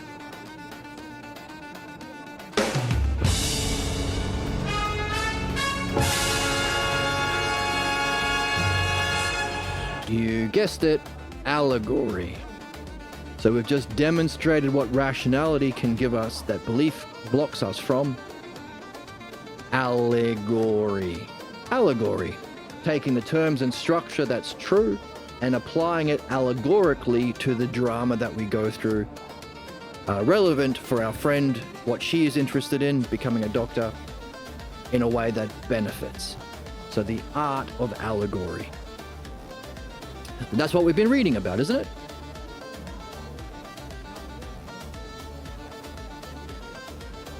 And in the Republic, you can take the allegory or the demonstration, the drama of somebody going from a cave to the upper world, and you can look, your job is to go into the text and find the terms and structure in the text to apply one to the other. That's finding the blue door in Resident Evil and finding the blue key and putting it together while becoming a master gamer. So not only do you solve the puzzle, you're becoming a master dialectician yourself. Your dream does this, so you can apply this to your dreams as well. So there we go. There's an example. Thank you, Chatter, for sharing. This is why we share, by the way. If we share our highest goals that we seek with excellence and our highest understanding of those goals, we can create allegories and learn, which is one of these principles. The principles of being Hellenic. Our insights, our experiences becomes objects of understanding. Expect counterattacks from belief, which are those blocks that we put on those steps. Share the ups and downs. We wouldn't have been able to do this if our friend wasn't sharing her success or her challenges. And after you reach enlightenment, keep going. So after you become a doctor, keep going. Use that allegory to also help the development of souls. As a master doctor, become a master dialectician. So you could say, us creating an allegory is itself an allegory for these principles that we are developing. The principles of being Hellenic or a Philodianoia person. So it's a win-win. It's a win-win. So we were demonstrating what it means to be Hellenic, following these principles. And as a result, we came up with this wonderful table and diagram. It was very pretty. Look at the colors. You can tell we are wise because of how many colors that are on there and how beautiful they look. Put that on your fridge, put it on a bumper sticker, put it on embroidered pillows, sell it on Etsy. Give me 10% on the back end. Disgusting. I'm so disgusted. What? That's not fair. She's a moron. She's a bonked on the head individual, BHI. I coined that. What? A BHI? Please end kink shaming on your show. Stop kink shaming her. Disgusting. I'm so disgusted. So disgusted with you calling her a BHI. It's not fair. So, give me 10% on the back end as you sell that on Etsy. So, that's where we are. Now, this is only going to benefit our friend Sus if she puts it into action herself. If she does it, she tries it, and she sees it for herself. Otherwise, she's going to forget it, she's going to ignore it, and at best, it's going to be an object of belief, which again, doesn't help anyone. So, in the book, we have got two examples of that invitation. Aaliyah was invited to look up the Garden of Eden story and do that exercise for herself. And Harry was invited to look up the accounts of Jesus coming back to life and see whether or not he did emerge as a zombie or whether it was like some sort of spiritual ghost figure. Harry said, "Fuck you, I'm not going to do it. Go to hell. I already know everything. I can't get better. I'm not listening to you, you idiot." And Aaliyah said, "Actually, I will do it. I'll do it. I'm going to do this homework, if you want. Don't call it homework. I'm going to do this, have this fun activity that I'm going to do, and I'm going to come back to you with my question as a result of doing it." Two very different kinds of people. One representing someone who is stuck in his image of himself, stuck in his block, Harry, and one, Aaliyah, demonstrating someone with the capacity to reach her highest excellence by following those rational steps given by a dialectician or a master of the logos. So that's where we are. Fantastic allegorization of that ourselves, or demonstration of what we're defining in our reading. Thank you, chatters. I'm going to take a short break. The Cookie Max. I guess. UFOs might be Jesus. Also, as I eat my cookie, I will wonder about whether UFOs might be Jesus. Can't you just engage with anything in a way that's like meaningful ever? Like, it's just boring, I think, is the problem. I'm just bored of it. Sorry, I won't imagine that then. Oh my They're goodness. completely lying to you. They're completely lying. Yes, the AI Jesus is completely lying to us. Was it aliens or AI Jesus? One of the two. And then we'll come back and we'll keep reading. I will see you in a moment.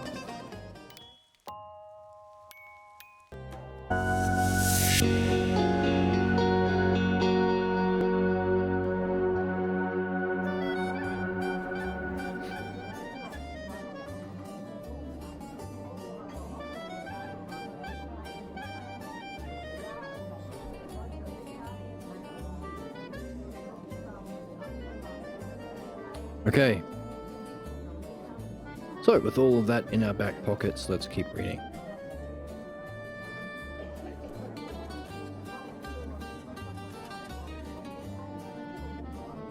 Enjoy the Greek restaurant music in the background.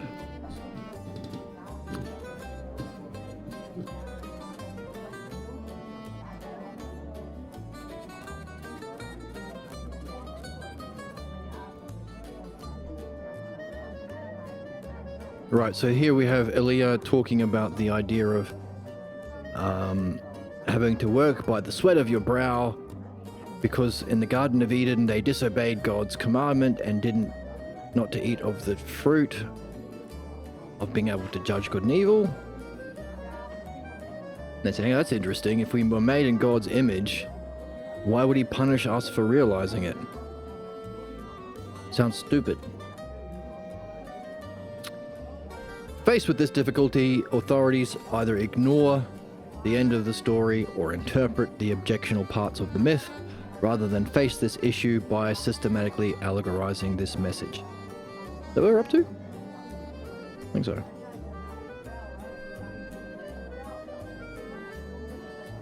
No, we read further. There's no highlighting. Here we go. So, go ahead and read that book yourself.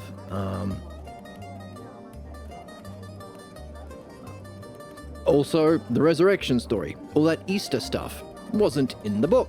It was added 50 to 70 years after the death of Jesus, because the fall of Jerusalem and the destruction of the temple was supposed to bring about the end of the world. Didn't happen, so the prophecy failed. So, believers' sense of superiority and certainty was shaken. They didn't have anything to believe anymore, so they made up this zombie story. Because this magicking from the dead zombie stuff is an outrageous belief that dwarfs the other belief. Along came the Gospels of Matthew, Luke, and John. And then they added that resurrection stuff. And the second coming of Jesus was put back, or moving the goalposts to save the belief, so put back to some time in the future. Now, you could allegorize that myth and say, well, it's like a physical death of your ego, or a more psychological death of your false belief of yourself, so that you can have a new life in the true kind of self that you're at. Ultimately, knowing the mind as a goodness, truth, as a oneness experience, or beyond that experience to the one, the true, the good, the self. You can't have this experience with a belief, because physically, two things join together when they touch, or they occupy the same space and time. Mind, it doesn't work that way. It's your quality. If you're the same quality, because it's non-physical, then you are it. So if you believe you are anything, if you have a belief of you yourself being anything less than goodness, beauty, truth, oneness, because you are carrying that irrational, unintelligible, false, bad, divided view of yourself, then you will be limited in your ability to participate in mind. Equally so, the self. So ultimately, we have to get rid of any image or belief of the self that we identify with in order to know the self that's beyond any image. But the cause of all experiences and images. So you could save it like that if you wanted to.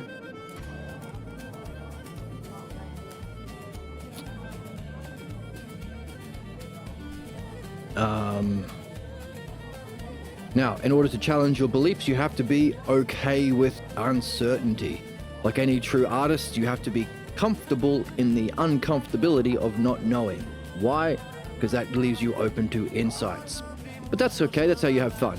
When you play hide and seek, you don't know where everyone's hidden. Oh my god, how will I handle? Take all my anxiety medicine. No, because this game is... So, of course, we suffer anxiety in the games orchestrated by systems of the psychopathic, the unjust, the sick, belief-based systems of religion, conservatism, and capitalism. Yeah, that fucking sucks because we can't pay our rent, because profits of the shareholders is the only one principle, and all this irrational horseshit that we will have to suffer through until we demand understanding and demand the addressing of belief, especially in positions of authority. Whereas in a game like this one, where it's caring, providential, cares about you, paternal in a sense, you can be okay with not knowing, because you're doing the right thing. You're giving up your belief to discover what's to be seen. Like in hide and seek. You don't know where everyone's hiding, but that makes it all fun. Where's the fun? Where's the joy? Where's the Joy. whimsy? Where's the childlike Where's the wonder? childlike wonder, dude? If you don't know, now you know. And now you know. Everybody should love sluts. I love sluts. And also important to remember about the slut thing. Thank you, Oracle. So Aaliyah has to be okay with that.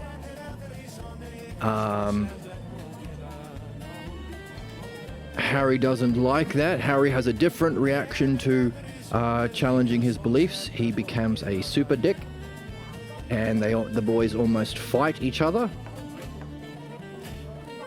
Instead of looking at the text and reading it for himself and seeing whether or not the zombie Jesus walked through a door, whether he only appeared to certain people who were there and others couldn't see him, even though they had sight, and whether or not doubting Thomas actually put his fingers through physical wounds. Instead of finding it out for himself, he was a dick, and to him we say, Calm your fucking tits. calm your tits. Actually, Aaliyah said calm your tits. Because Aaliyah says, hang on, boys, I hope I'm not interrupting something. I actually want to talk. Actually, I don't have a question at the moment because I have to do that homework. So someone who is going to do what Harry's not. And an example of a homework that you can do that we mentioned last time is find Boltman. Now, we had some gooners in chat. Goon, goon, goon, goon, goon, goon, goon, goon. Goon, goon, goon, goon, goon is all they say every day. We're just joking. If they're in our chat, then they're good people. It's not being crazy. It's called reaching a higher sense of being. They're reaching a higher state of Spit on being. me. Emma! I'm just asking for some Hubba. I just want gooner bait. Emma just wants Gooner bait. Check out what he said, Buttman. It's not Buttman. It was Boltman. Bultmann. Check out his works on demythologizing Christianity, and Maccoby, Maccoby, his book called The Mythmaker.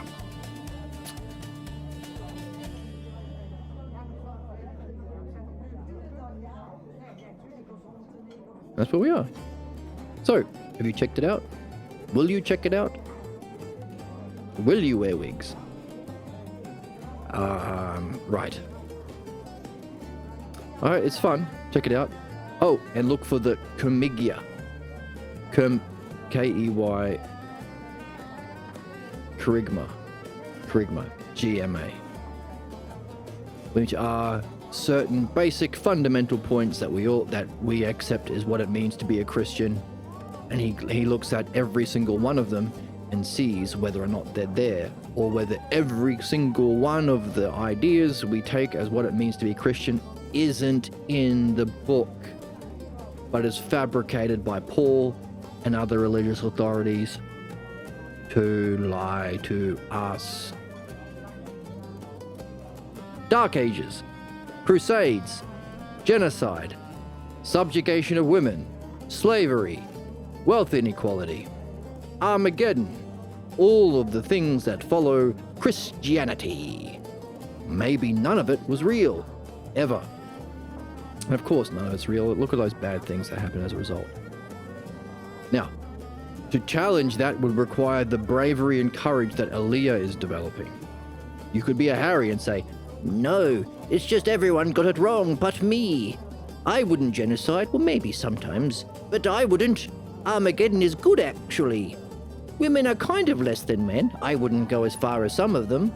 So everyone goes through that process of interpreting facts and evidence to save their own particular beliefs. Which is why it requires courage to tell the truth. But we don't have time to fuck around. You could say this used to be an esoteric tradition. You'd have to demonstrate that you were rational and you cared about truth, and you had demonstrated you've already gone through self-development. You've read some self-development books and you tried to do something about it. You didn't just read it, you tried to put it into action.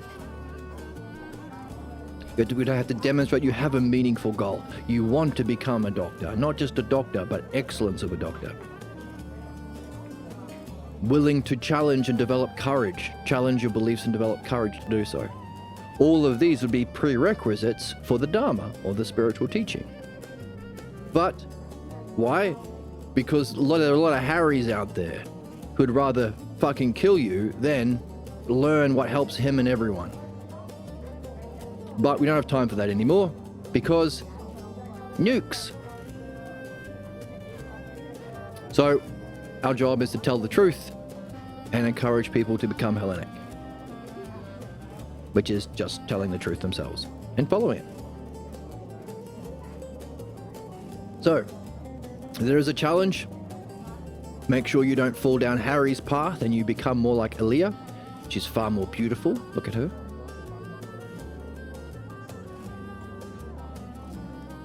And look at Harry. That's not Harry. Look at this goober.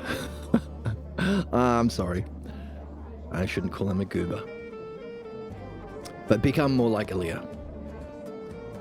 So, Harry. Boltman? Aaliyah, do you know what this guy is suggesting?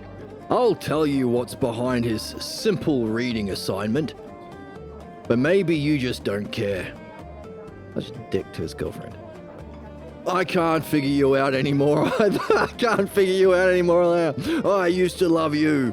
We would be believers in arms. I don't get you anymore, Aaliyah, with your thinking and understanding and courage. Oh. I guess everything changes, even you. Oh my goodness. The drama. The drama.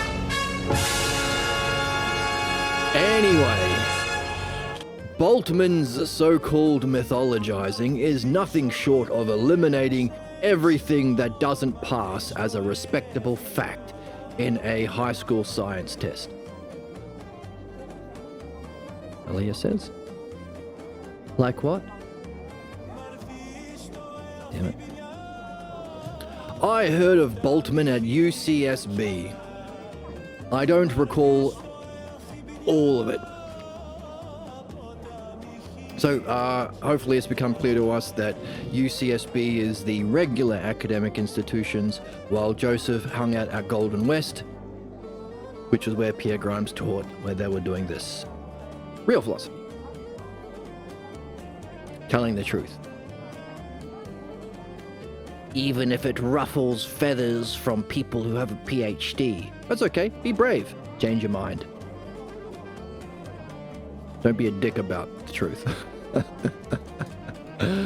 I have got a commenter once who said, hey, don't slander academic philosophers. I'm not slandering anyone, we're telling the truth. It's up to you how you address the truth. Do you want to save your images and beliefs because you get a paycheck? Or do you want to be a good person? You'll be on the right side of history. Maybe we won't have history unless there are enough people who start telling the truth. But my fifis, I liked my beliefs. I'm always remembered of this.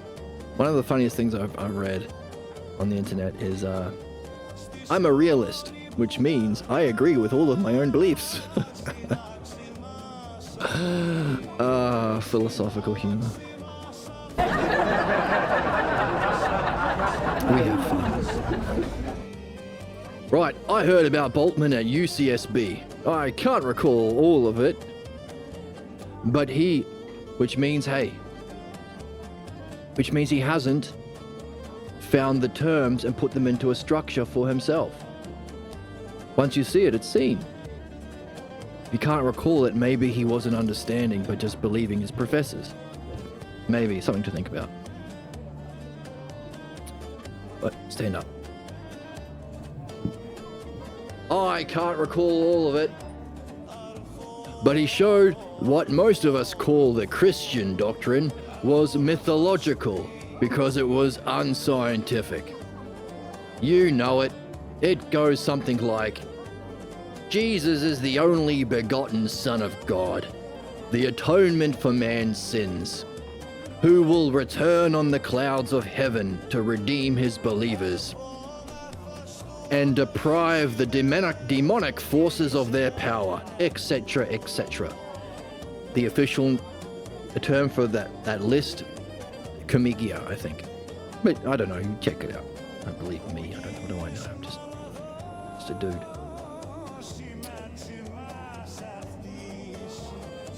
These, of course, were very unscientific beliefs. I never asked you, Aaliyah. But what kind of a relationship must they have? You just learnt this thing. Anyway, maybe talk to your girlfriend, bucko. I never asked you, Aaliyah, but what do you make of it? Where do you stand? So, Joseph, that's what Boltman calls a myth. For me, Harry, Christianity has always been something I've heard around the house and maybe believed. But now the very notion of it turns me off. Ooh. Goon, goon, goon, goon, goon, goon, goon, goon, goon, goon, goon. Goon, goon, goon, goon. What kind of a boyfriend wants to turn his girlfriend off? Anyway, we won't get into it. I'll tell you why. The whole picture of a God destroying everything so he can give eternal life to those who believe he is God and sending those who don't believe to an eternal hell is not my idea of an adequate reason to destroy the entire cosmos. And that goes double when you figure out the reason he rewards some and punishes others. Like, why would a god who rules over an entire universe with countless galaxies, each of which have countless suns, which in turn have their own planets rotating around them, be so upset whether or not his son is believed by some creatures to be a god? Like, would a creator god ignore the good and evil in his creatures? Do and judge their worth solely in terms of whether or not they believe something about his son? No, I don't have it yet. I'd like to express it better, but I don't have it in the words I'd like to. Yet.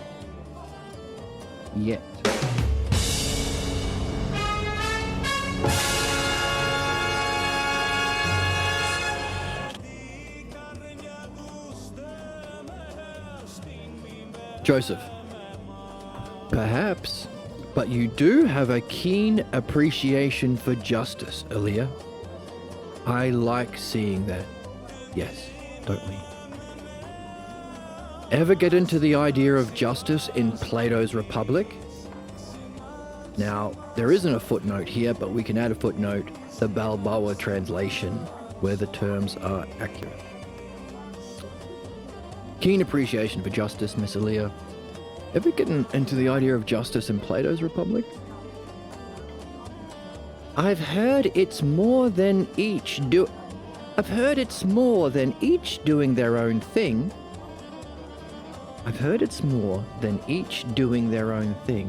But as for Boltman, if that is what he calls mythology, then what's the issue? So what's the issue with Boltman?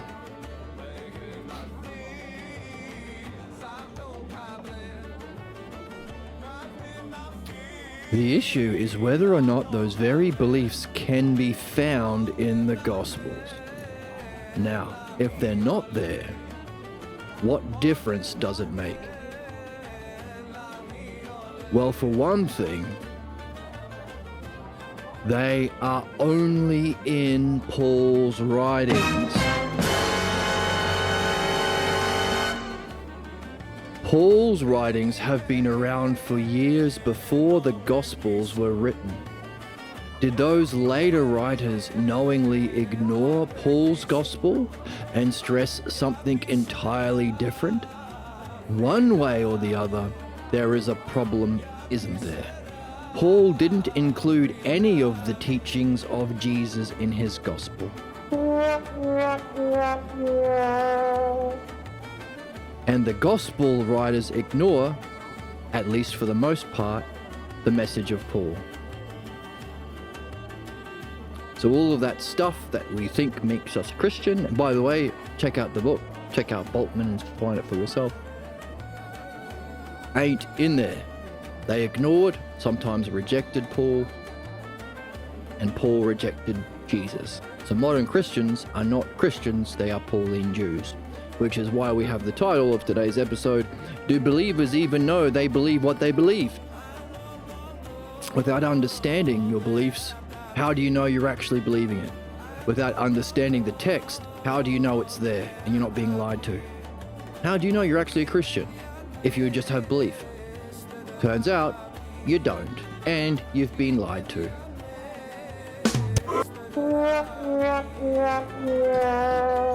Maybe, don't believe me, see it for yourself. So the gospel, Paul didn't include any of the teachings of Jesus in his gospel, and the gospel writers ignore, or at least for the most part, ignore the message of Paul. So, now I know a bit of Boltman. But what about Maccabee? Come on, Joseph, how do they relate? If you want it in a nutshell, Maccabee shows that since you can't find Paul's message in the other Gospels, and they came later, it is important to discover where his message came from. You can say Maccabee demythologizes not Christianity, but Paul, hence the title, The Mythmaker. So, if modern Christians reject Jesus and follow Paul, where did Paul get his crazy shit from? Telling the truth. Wow, that is heavy. Then Paul made up the myth others call Christianity. That's interesting. Isn't it interesting? What a twist! Get M. Night Shyamalan on the phone. What a twist! All of these Christians doing Christian stuff are not doing Christian stuff at all. They're following Paul. What do you know? Fuck. Exactly. I've been a bad little girl. They're completely lying to you. They're completely lying. They're completely lying. Well said, Emma. Okay, that sounds stupid. It does sound stupid. That's interesting. I've never thought of studying Christianity the way you have. You are suggesting, aren't you, that we look at it just as it is in itself and make contrasts back and forth as if each of these New Testament writers were arguing for their own positions. Their own interpretation. If only there was some sort of reason that human beings don't just relate to truth, but also their own beliefs. Is it a combination of both? Some people like Paul, very low on the amount of logos, very high on his addiction to belief. Some people, could we actually make another map? Could we say that every human being could be judged rationally, fairly?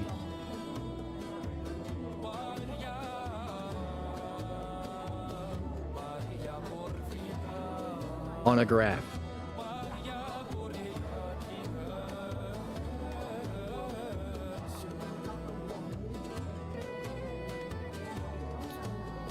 On one axis,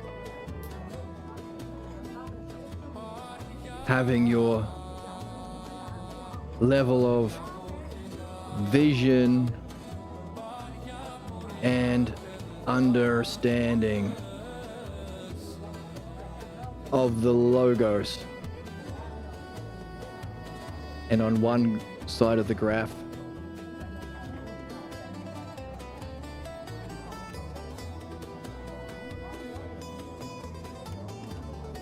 level of understanding and freedom from, or as the book has been calling it, dissolution. The dissolution or dissolving? Hold. Dissolution.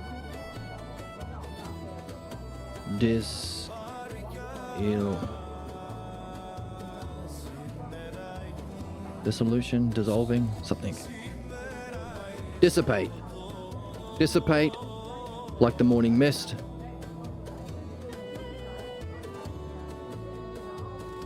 Understanding what maintains your beliefs brings about its dissolution. All right, so dissipation or dissolution. So the level of understanding and freedom from, because it's important that we use the words in the text. Freedom from, or dissolution. Underneath.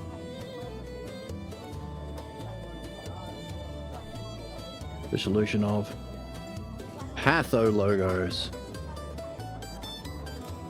Beliefs.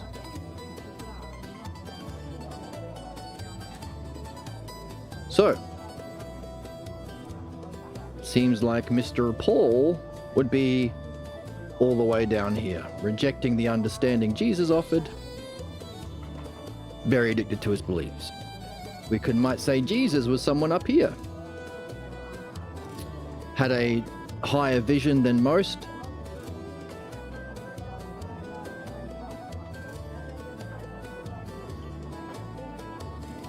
but still didn't do enough work on removing his beliefs.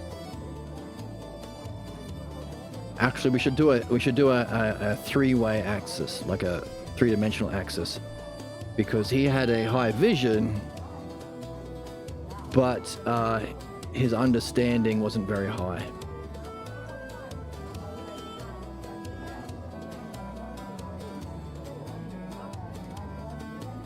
All right, so we would have to separate that further. So even on this axis, we would have to separate it into experience or vision and understanding.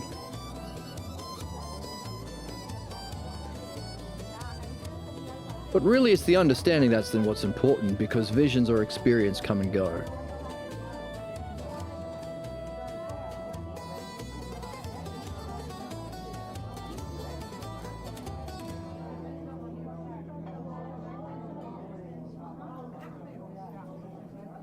So let's add more weight to the understanding and add mastery. Mastery of the art of the Logos.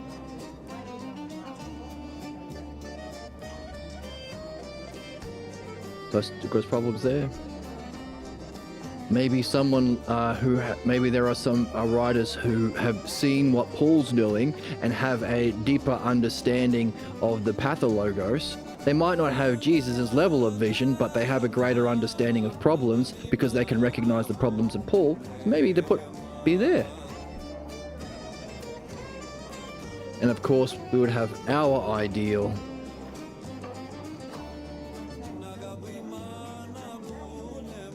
Up there. The ideal. Off the graph. Let's move it back onto the graph. See? Everyone. So, if everyone is some level in here, of course they'd be fighting for their own level of understanding and their own personal beliefs and interpretation.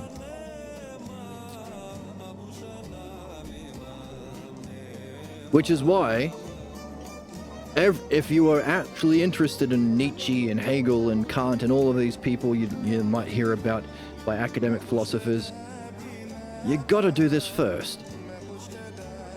It's like trying to learn medicine by, hey, here's a cancer patient. Here's a person with tuberculosis. Here's a ballerina. Here's a high jump athlete. Okay, what's healthy? What isn't healthy? I don't know. Now you're a doctor. What the fuck? Just make it up as you go. That's modern psychology, that's modern philosophy. Just make it up. Whatever you want. You would have to know the ideal first,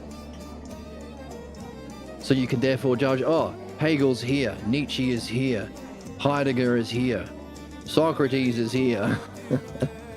Jesus is here. Paul's all the way down there. Otherwise, what are you doing? Garbage.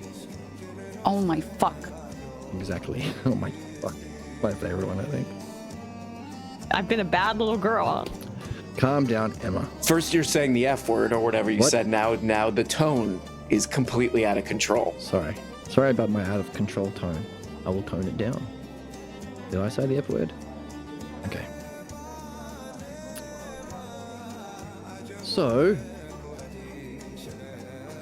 something to be aware of if you want to think, which requires judgment, or master the art of the dialectic, which also requires judgment and understanding the model.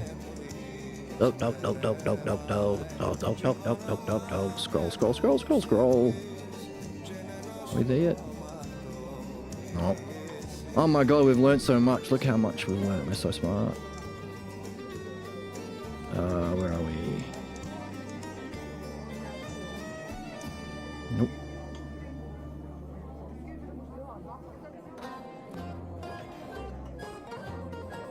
Mythmaker. Here we go. So,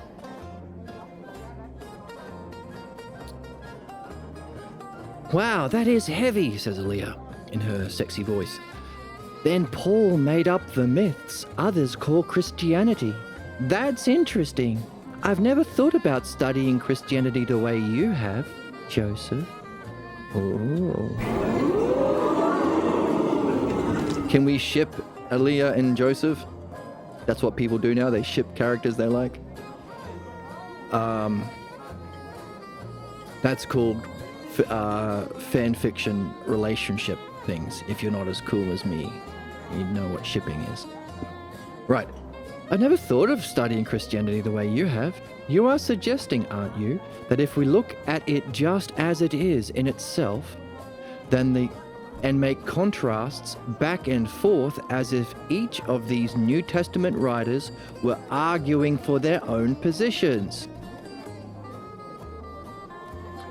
I'd have to admit that sounds like an exciting way to study. And at the same time, you puzzle through analogies, allegories, parables, and whatnot.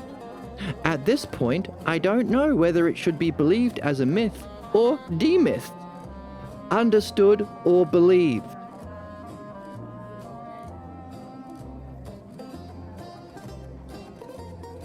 So here we see Aaliyah seems to be representing the mean between the two.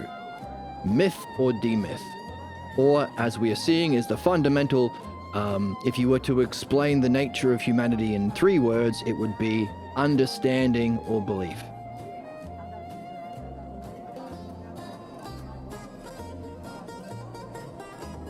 So believed as a myth,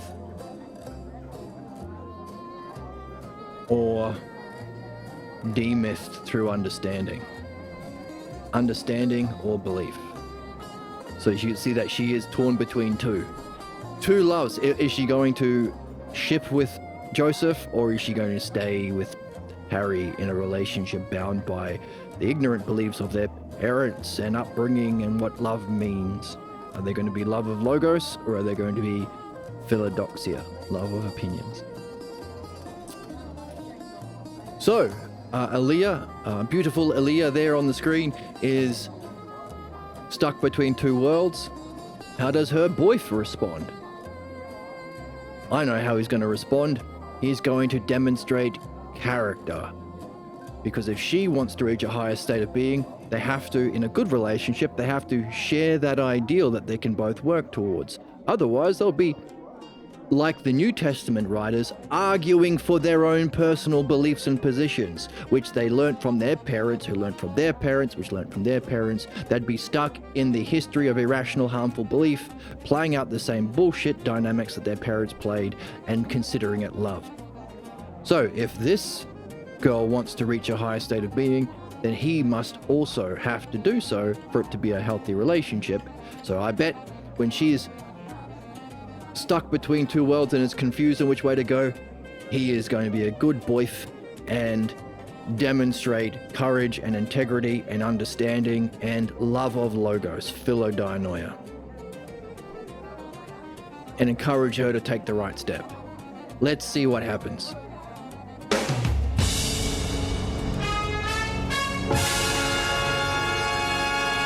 At this point, I don't know whether it's to be believed as a myth or demithed, understood or believed, or Christian belief is not a myth. Do you hear me? Listen to me. Harry.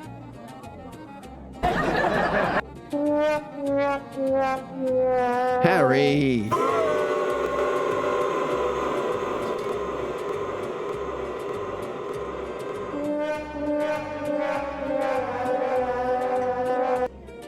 Come on, Harry.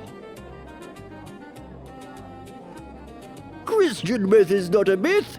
It's Christian belief is not a myth. Do you hear me? Do you hear me? What? Joseph. If it is a myth, call it a myth.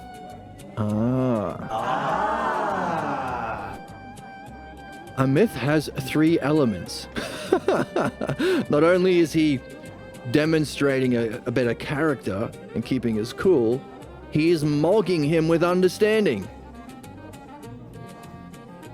He just said it's not a myth. He doesn't know what he's talking about. He doesn't know what a myth is. Joseph is mogging him by saying, hey, not only is it a myth, but you don't understand what a myth is. Let me outline it for you. This is the benefit of understanding. A believer can just shout and intimidate. An understander can share the understanding of what leads him to his position. Believers just believe it because they're stupid. They haven't reflected.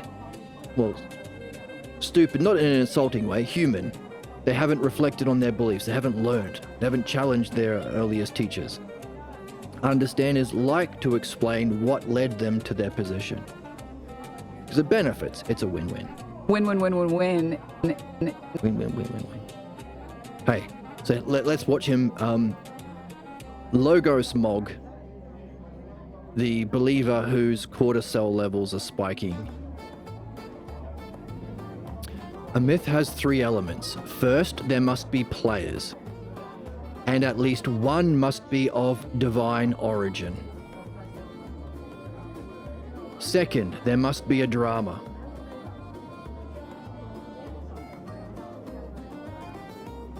And finally, there must be a setting or place where the action takes place. If these elements are present, then it's fair to call it a myth. Now, one thing we are learning about being a writer and a dialectician is we demonstrate what we're defining, and we allow people to solve puzzles to become like us. Therefore, can we ask the question of this very text? Are there players? Is one of them of divine origin? Is there a drama? Is there a setting? Well, we've been enjoying the drama today. The setting, of course, is the Greek Corner Restaurant Cafe. There are players. We're missing something, aren't we? We're missing one of divine origin. We're talking about Jesus? Doesn't count, does it? If it's all a myth.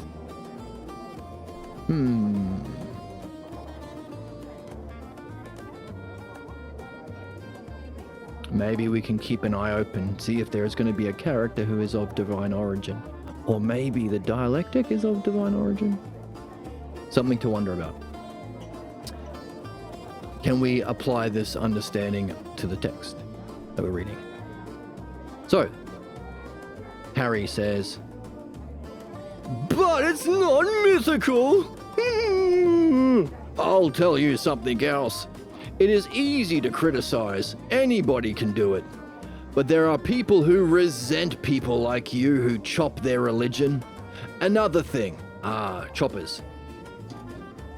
He's already used this idiosyncratic word to attack reason.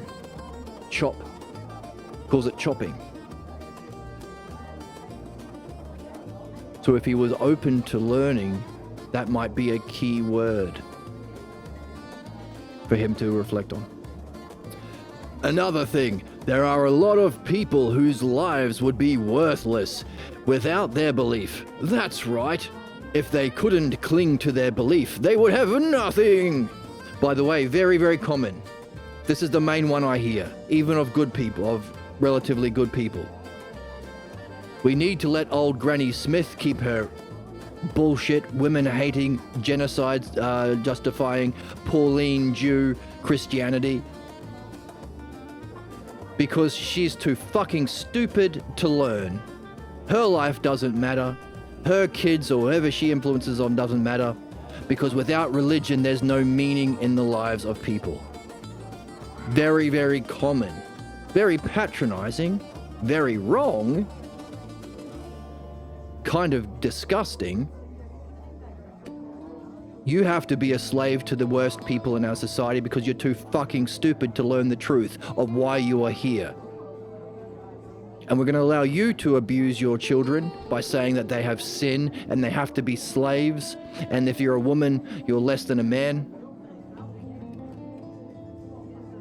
Also, I don't understand those words. Can you say it in a different way, friend in chat? So, I hear it often. It's just the fundamentalists that are bad, because you can see them doing suicide bombing. But the regular religious folks who march to war under the banner of their religion, or vote for a fascist, or abuse their kids, or live in perpetual conflict and suffering themselves, and seek an opportunity to find final, at least some rest from that internal conflict, by doing it to someone else, instead of addressing the bullying within their mind, they become a bully to someone else. Oh, that's okay because they're not a fundamentalist. Bullshit. Everyone matters. Her children matter, even if she's just a nice, sweet granny at the end of the street. Her children, who she's feeding this to, matters. She matters. Her soul matters. Her life matters. And the lives of the many people that they kill under the banner, because hey, she might not be the one killing the Iranian children, but she voted for Trump, didn't she? Didn't she vote for Trump? Because her pastor told her to, and she hasn't learned to think, so she believes her pastor, and her pastor is corrupt, so he tells her this. The base of Trump is the Christians. It does matter when they're dropping bombs on Iranian school children and double tapping to kill their parents and triple tapping those bombs to kill the doctors. This is happening now. It matters when they are marching towards Armageddon under the banner of religion. It's not just fundamentalists, it's belief. And this one is the big one. Some people are too fucking stupid to learn to think. We must abuse and lie to them and cause the worst harm in our species and within her soul, because I think she's too fucking stupid to get out of religion. If there's no religious meaning, there's no meaning. To justify every single cult, from Scientology to fucking Episcopalian, Unitarian, Anglican, Pentecostal, all of Christianity, this weird individual sect. Ecclesiaries, all of these weird ones.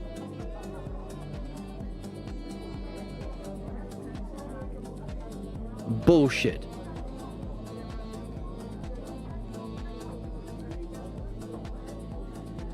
Her soul matters. Belief is the cause of problems. If there is a God, chatter, he is an object, it is an object for understanding. It can be rationally approached. It is universal and true. There is a level of experience called enlightenment where you can directly encounter the nature of intelligence itself, never ever as an object of belief, only as an object of understanding and experience. And you need that understanding to reflect on even that peak experience to understanding its cause. That's what it means to be reason, to be rational. That's this. Rational steps, whether it's becoming a doctor or becoming an enlightened soul or becoming a human being. Rational steps, not belief. A rational goal, not a belief in God. Intelligible goal, rational steps. Yes, and we have someone in chat who is repeating the catchphrases of his religion. I think what I'm saying is going over his head because of his addiction to belief, blocking him from rational understanding. So we see it even in our chat here today. The stupidity of humanity to defend the very cause of all human problems. Shouting the same things that a Christian shouts as they murder a Muslim in the Middle East, as a Jewish man shouts as he murders a Palestinian child, as Trump shouts lying to get voters to vote for him while he guts Medicare, while he guts social services, while he scams his whole country. You are repeating the exact same catchphrase they all repeat, good sir. You are a human being. You have the human problems. That requires courage and character to admit. We are human beings. The human problem we have. There must therefore be rational steps that we can benefit by, good, that are true, that work, that are one for everyone. Rational steps to overcome the beliefs that block us, to reach the intelligible, true, good, one nature of self with excellence.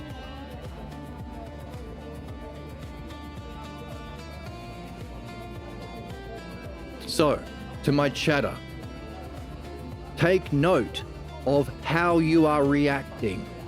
Are you willing to admit you have something new to learn? Are you open to the fact you may be carrying a belief? Or is it only every other human being in the world that has problems and not you? What is the addiction to that state of mind where you're never wrong?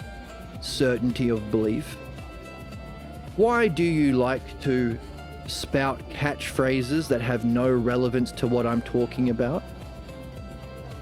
Why does that make you feel like you're contributing when you're not? Who are you imitating? Notice the kind of catchphrases you're spouting. They're not MAGA. They're not Nazi. There's some kind of belief. You must have learnt that belief that blocks you from participating in the rational steps to come to the true, intelligible conclusions that we're talking about here. Notice your next message doesn't address my question. Why can't you answer questions? Who are you imitating? Where did you learn this from? That's called being a good person. So, very relevant. See it even in chat. Let's see how Joseph responds.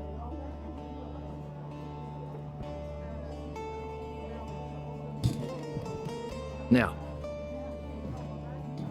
I can say that here to the people here. Now, the people, like the person like this chatter here, is never going to listen to me because, well, it requires a certain kind of intelligence to be open to learning. So it was never going to help him at any stage anyway. And the people who are interested in this, what we do here, can appreciate what I'm saying because we've built up over, 13, 14 episodes, 15 episodes, an understanding of why belief is the cause of every human atrocity and injustice.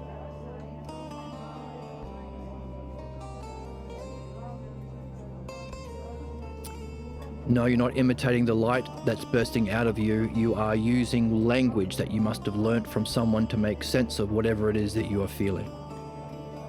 I'm asking you where that learning comes from.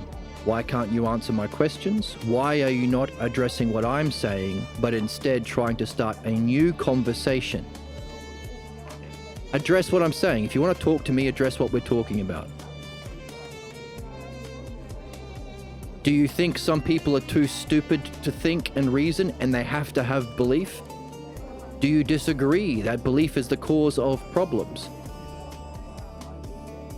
No distractions. None of this debate bro bullshit.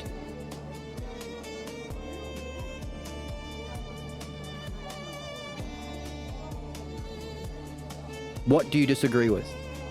That belief is the source of all problems? What we are reading is someone saying that some people need belief because they're too stupid without it. Without belief, they have no meaning. Or do you disagree that to be rational is to have rational steps? That our goals have to be themselves rational and intelligible, meaning universal, true and good? Do you think some people can't have rational goals? They have to be irrational beings. In other words, instead of imitating your parents or your preacher, address what we are talking about rationally. Otherwise, you're out. This is not a platform for the worst people to imitate their worst teachers. This is a platform for good people wanting to learn, which means you have to be open to being like Aaliyah, asking questions. If you want to be like Harry and distract with bullshit, go somewhere else. Find your local preachers. They'll be willing to take your money or send you to war. Different game here, pal. I've been paused. So in the same way, anything you seek can either be a contemplation on your false idea of self caused by belief, following irrational belief-based steps that block reason, or they can be you seeking to reach the true nature of self and reality through rational steps that are good and true, while also addressing the blocks that come up. I don't want to learn, I'm too stupid, or I'm not good enough, or God will punish me if I use my brain. Those blocks will prevent you. That's the difference. Are you contemplating what's the cause of all human problems through belief, or are you contemplating the cause of all human excellence, rationality? We don't humor ignorance here. We don't have time for that. Now, I'm not saying believe me because I'm loud. I'm saying understand why that's the case by paying attention to what we are doing here. And if you have questions, make them about what we're doing here. If you have puzzles, frame them as a question. Don't imitate the knower of your parents or Trump or Netanyahu or your imam or rabbi or preacher. That's the cause of all human problems and suffering. We are not going to humor you. The same way we don't humor fascists and Nazis and CEO Epstein-class billionaires. But I believe that I'm a job creator. Fuck off, you're killing people for profit. Stop it. That's the difference between this channel and other channels. Other channels will say, hey, I don't want to deal with that because, so no talk about politics or religion on my stream, on my channel, because let's just let the believers take over and kill everyone for fun and profit. That's not this channel. We've got courage here. We don't have time to lie and let the fascists kill everyone. If you want to have your beliefs listened to, find people who already share them and you can wallow in the ignorance together. If you want people to listen to your beliefs, you can become a CEO, a conservative politician, or a religious official, and you can manipulate and hurt people into believing your bullshit. If you want to become a good person, this is here. Now, I don't think you should do those things, but that's what we allow in our society, which is why we're in the problems that we're in. I would be doing you harm to ignore your ignorance and not tell the truth about it. I would be doing you harm by being polite and pretending, you imitating belief, which is the cause of what is bad, false, and harmful, is just as legitimate of what we are doing in understanding, which is rational, intelligible, and leading to the truth, the good, and the one. That's the difference between this channel and other ones. Not all other ones, there are some good ones that are rational. There are even a few good ones that actually address ignorance the way we do here. I've even seen one or two, or one, that ask questions of their chatters and demand rational answers. They are rare, but they're out there, and that's what it means to be a good person. Or at least being open to it, like Aaliyah. She is between two worlds. She grew up religious. She hears these catchphrases. She thinks she believes them, but she's never really thought about them. Joseph is demonstrating what it means to be rational. Harry is trying to pull her back into the ignorance, as you are doing in the chat, friend. Don't be a Harry, be a Joseph. So, one such we've talked about today, be polite. Lie about the Jews. Don't criticize us for doing genocide. That's anti-Semitic. Like the MAGA, don't call us Nazis. That makes us sad about doing Nazi stuff. Just go to the concentration camps quietly, please. Just let ICE shoot you in the street, please. We're the victims. So we see these talking points by the worst members of our species and the worst kinds of souls that we are supposed to be learning how to get out of as our purpose. We also see this one. Those who challenge their religions are not liked by some. But another thing, there are a lot of people whose lives would be worthless without their belief. That's a lie told to children by liars. You need to be a Mormon, otherwise there's no meaning to life. You need to be a Jew, otherwise there's no meaning to life. You need to be a Muslim, otherwise, etc., etc., etc. They can't all be right because they're all hurting each other and killing each other. Here's an alternative. Bullshit. That's a lie that was played on you, and instead of overcoming that ignorance, you are playing it on to someone else. Grow up, is what I would say, but let's see what Joseph says in the text. Harry is speaking. So you might identify chatter with Harry here. There are a lot of people whose lives would be worthless without their belief. That's right. If they couldn't cling to their belief, they would have nothing. Sure, they would have nothing. They would have their soul, they would have reason, they would have freedom, they would have their mind, they would have the ability to escape the stagnation of fate and the cycle of violence and injustice. They would have everything, Harry. You got it backwards, son. Turn yourself around. And if you do, you can join our chat. Sure, you call it a myth, but it's not a myth to a believer. So what do you gain by all this? Your clever way of understanding leads nothing for belief. It's you that doesn't understand. You haven't understood that what is needed is not an understandable belief, but a belief you don't need to understand. Right? Every single conservative religious person and CEO. Just believe me, bro, while we inflict injustice on everyone and bring humanity to its destruction. What is needed is a belief you don't need to understand, only believe. It's belief that saves, not understanding. Calm your fucking tits. Calm Well, your- that's not true because I don't think so. that's anti-feminist and some. First, you're saying the F word or whatever you said. You have the brain of a like literally suck my dick, dude. Exactly. I couldn't have said it better myself. To old Harry and his best friend who happened to appear in my YouTube chat today.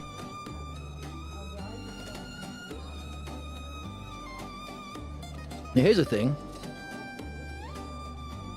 What if every streamer told the truth? What if every streamer said, yes, politics and religion? The only reason they say no politics and religion is belief functions in conflict.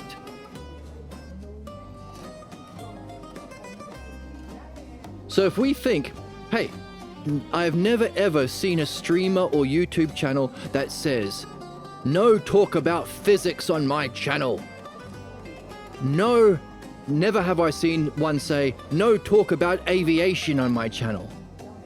In fact, what I've seen is people really enjoying people sharing understanding. There's a channel called Alveus on YouTube that saves animals. And the content creator there shares understanding about animals and addresses the false beliefs that lead to the extinction of these beautiful animals. We are doing the same thing, only the animal is called a human being. We're the Alveus for humanity. Not once have I ever seen on that channel someone say, do not share thoughts or reasoning about animals. They do the exact opposite. The difference is we recognize that false beliefs cause the extinction of the animals, and understanding that is shared by Alveus and those wonderful content creators helps the animals, but we allow that cause of problems belief to reign in politics and religion. So what does belief do? Division, false, bad, conflict, harm. So what they're saying is, I don't want conflict on my channel. What they're really saying is, I haven't yet recognized that truth and understanding about us, the human animals, is necessary. Instead of saying no politics or religion, say no belief-based bullshit on my channel. That's what they mean when they say, when they have the Alveus. No false beliefs about animal cruelty being good, only understanding the nature of animals. So too, no beliefs about spirituality or religion, and no beliefs about politics, only understanding on my channel. And if you want to participate, make sure you can give rational steps to the intelligible goal. Otherwise, you are doing harm. The irony being, the thing we should be talking about the most is religion and politics, because it's the last area where believers take over. No belief, you idiot. Understanding, good. That doesn't mean ignore politics and religion. That's the worst thing, because that allows the believers to fuck up everything through religion and politics. The thing we should be saying is only talk about this stuff. Not only, that's too far. Let's reel it back a little bit. But especially talk about religion and politics, but only rationally. Because we recognize the nature of human conflict, harm, lies, and bad things is belief. That's the difference. Now, imagine if every content creator would be able to say that, and every content creator stood up to some religious fucking fascist wanting to take over the rationality of the conversation with their horseshit beliefs that cause harm to them, anyone they have influence over, and humanity itself. Imagine if we all said this. How long could the fascists keep their power? We could change everything overnight. That's the difference. Courage to tell the truth.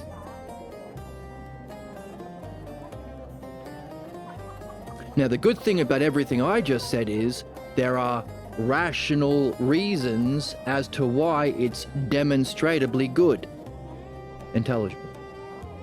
Meaning you can learn it yourself, and you can say the same things. Next time a believer comes up to you and says, "You're going to hell, I'm better than you, because my preacher and my daddy says that Jesus is in my heart, and you're a brown person, or you're a woman." Imagine if everyone was to be able to say the same thing. Fuck off with belief. That's the nature of all human problems. Demonstrate rationally, number one. Two, make sure it's something we're talking about and you're not steamrolling the conversation. And three, be open to changing your beliefs if you are A, not able or willing to answer questions, or B, you were able to answer questions and it showed that your beliefs were wrong. Welcome back, Sus. I think we were talking to you after you left, but I think you were gone. So maybe revisit this stream, because we're talking about the things that you might encounter as you seek to master being a doctor, how you might want to address the problems that you'll face along the way, and how you might be able to approach even medicine allegorically to learn about the Logos and fulfill your purpose. So if you want to, check out this episode, but if you don't want to, then anybody else who seeks to master any goal will benefit themselves. Awesome. And share your feedback as well. That includes your feedback along the way as you seek the steps to becoming the goal. Share your ups, but also take note of the beliefs or the blocks that come up along the way that tell you you're not good enough or you can't do it, etc., etc. Because one of the principles that we are learning, expect counterattacks from belief as we develop our understanding and insights, but also share them with friends who are also in the game. And every now and again, someone not in the game who seeks to destroy the game and humanity because they like being the bully, we tell them to fuck off. Come back when you have a backbone. When you actually want to learn and participate. If you want to participate in understanding, you're welcome. If you want to destroy understanding because you have a sadistic joy in doing so, fuck right off. That's what we said to our friend today. Well, not our friend, but the chatter that came in today and vomited their religious horseshit. And we asked the question, what if every streamer said that? Yes, religion. Yes, politics. Only rational reflection.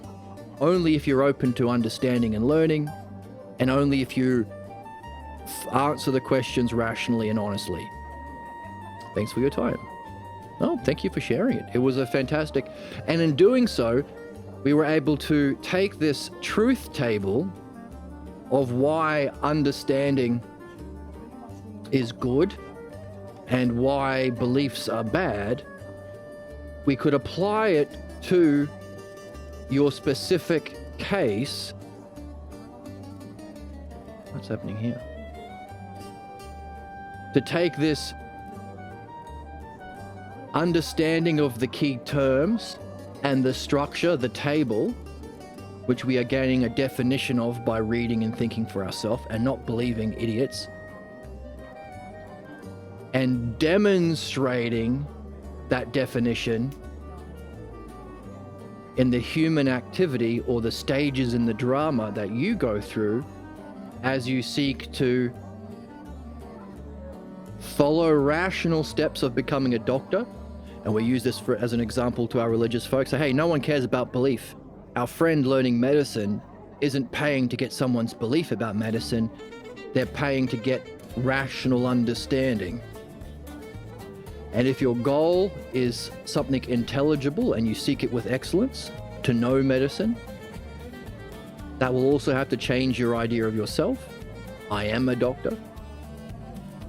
So that's how do we understand all excellence. So we're going to make sure that we seek an intelligible goal, and we seek to do so with excellence, otherwise you're not in the game. We also can anticipate every step along the way we will face a block on that staircase, because we carry beliefs by being human. Old mate in chat came along and tried to delight in blocking rationality. So that's called a sickness. So sickness of the body in medicine, sickness of the soul. Someone who delights in playing the believer by trying to shut down reasoning, by repeating mindless religious catchphrases like their parents and their preachers did. We don't allow that. Just as we don't allow that in the soul. If ever you have an idea, I can't become a doctor because I'm just a woman, or because any of that shit, we do not humor that. We also don't humor people who pass that on to others. You might find women saying, you can't be a doctor because you're a woman.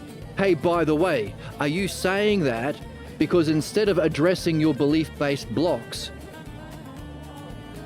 instead of addressing that bully in your mind, you are trying to be the bully for once? Is that why Trump is such a racist fuckhead? Because his parents bullied the shit out of him, and instead of doing this, he just does it to other people? Hitler?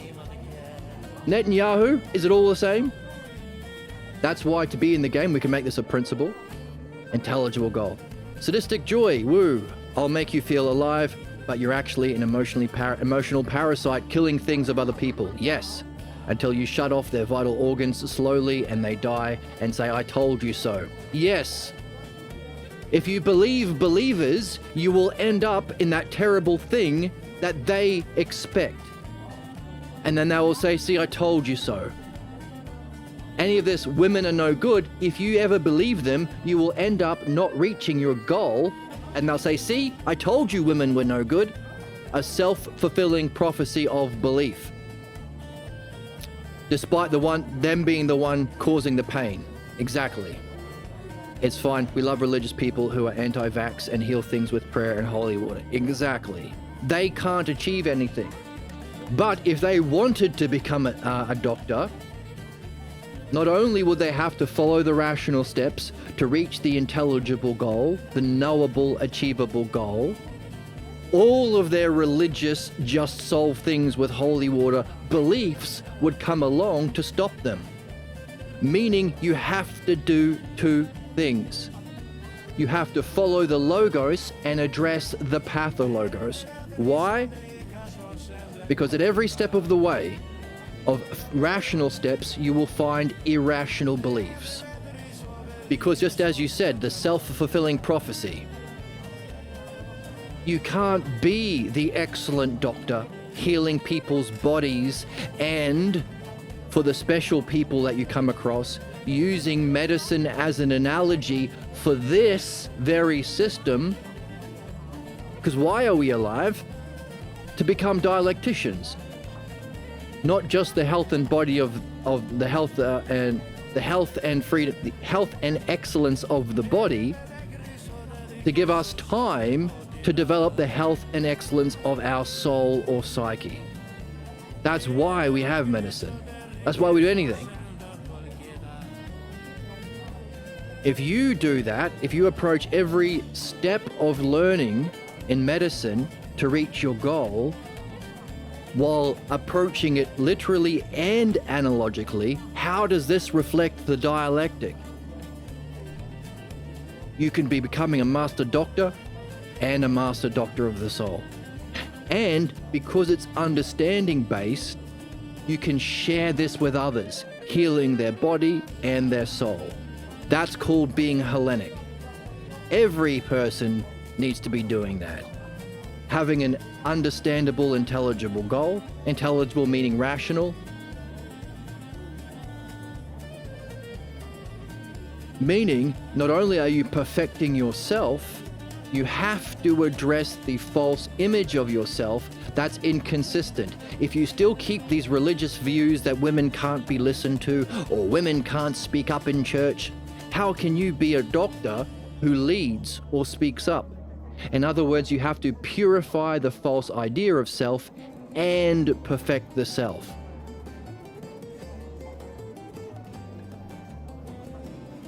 Oh my, I'm a woman. I should be in the kitchen making sandwiches barefoot and pregnant, is what the believers might say. And you might say, why? And they'll say, there's no reason. And they'll try and distract. Hey, just have Jesus in your heart. Or hey, have peace. They can't give reason steps. They fight against reason. Why am I pursuing higher education when I'm meant to be submissive and breedable? Yeah, exactly. Without religion and Sky Daddy, I wouldn't have realized my place in life. Thanks, chatters. You're right though, Hellenic. Yes, thank you. Yeah. But also, that's allegory. Everything we've been learning in this truth table about how understanding is what gives you the rational steps, that gives you the knowable, achievable goal, reaching the outcome of what's true for everyone, unified, good. Belief causes problems because it can tell you these irrational steps. Believing in Jeebus, giving me all your money, killing these Iranian school children will reach a goal, or this bad goal, everyone dying so Jesus comes back, is actually good. So belief gives you irrational steps to an unintelligible goal, but the ideal of rational steps is the dialectic, or dianoia. To follow the logos is to follow the rational steps of reality for the development of your soul. The ultimate goal, or the ideal goal, is nous. Knowing yourself as reality, all at once. You can't believe your way into that experience. So the outcome of the ideal, and as we're saying, so we can make this, it's okay, here's what will happen. I become a doctor to hire someone to mansplain the diagnosis. COVID was terrible on doctors, on nurses.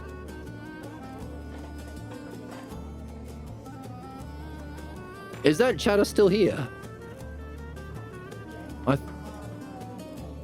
I'm gonna take horse meds and cure. Oh yes, oh no, you're talking to me. I thought you were talking to the other chatter. I thought I banned him. I timed him out. I didn't ban him. You can come back if you're rational. Or if you are playing the game. If we're playing hide and seek and you come in with a bow and arrow and start shooting kids, no, fuck off. We're playing a different game here. But you can play. American insurance got further into terribility after COVID, exactly. The result of believers being in charge of politics and religion. So, the outcome, if we are the ideal, by the way, the art, the analogy to a doctor but of the soul, that uses the logos or understanding to reach ousia, or uses ousia, self-reflection, with reason and understanding. That's the dialectic. That's the art we're here to perfect. I don't know, they've changed my views.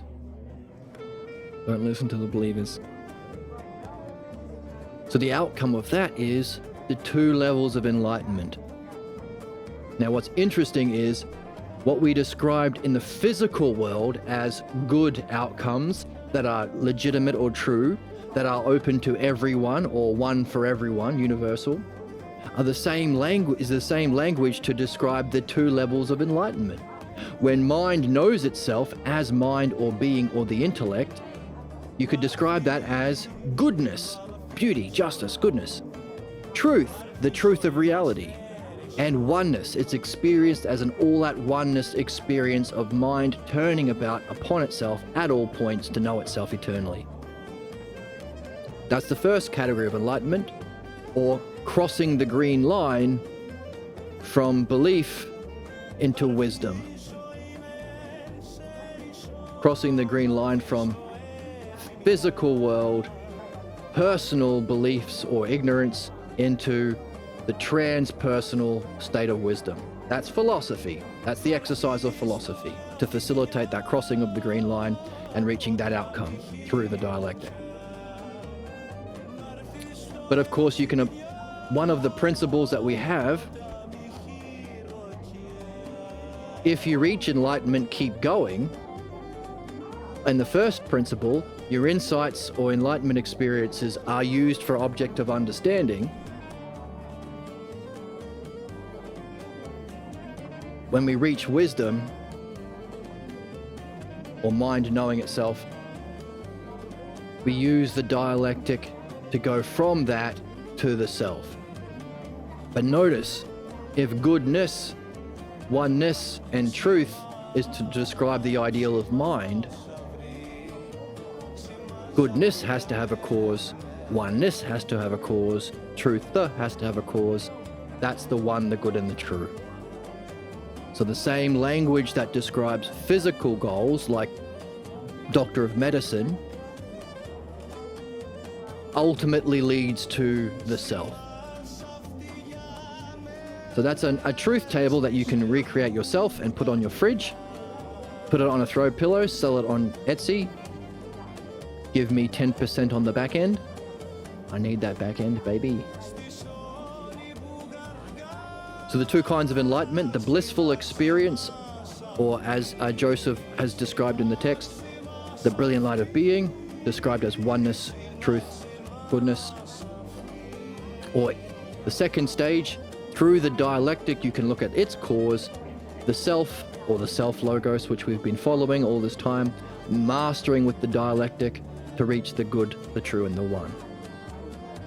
So we started with this truth table, and by you following the principles, sharing your experiences, we were able to allegorize that by applying these to the human drama.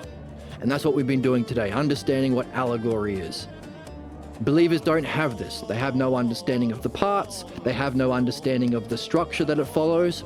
They have no insight that it's an intelligible goal, so therefore the structure has to exist within a higher system called the logos. And if that's a higher system of intelligibility, then all arts should follow the same structure.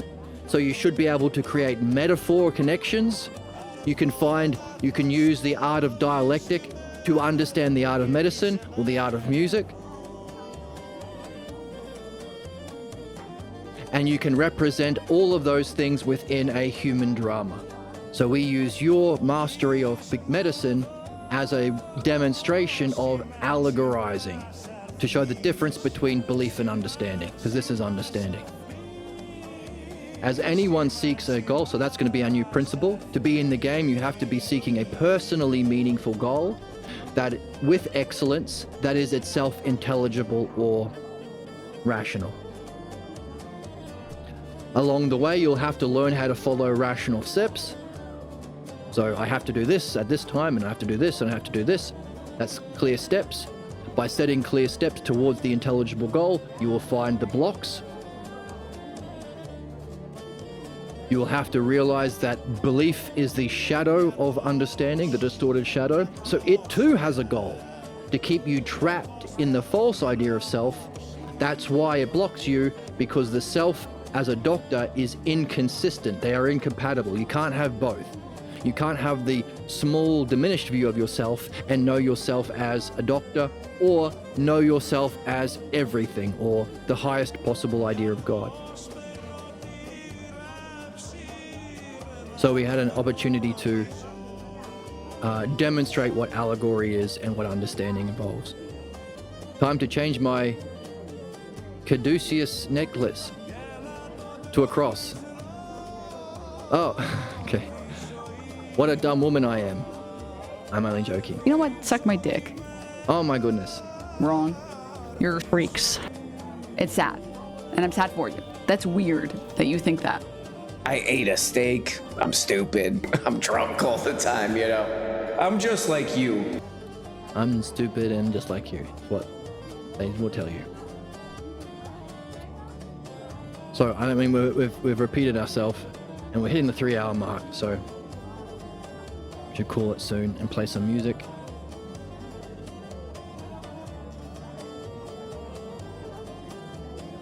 So, by the way,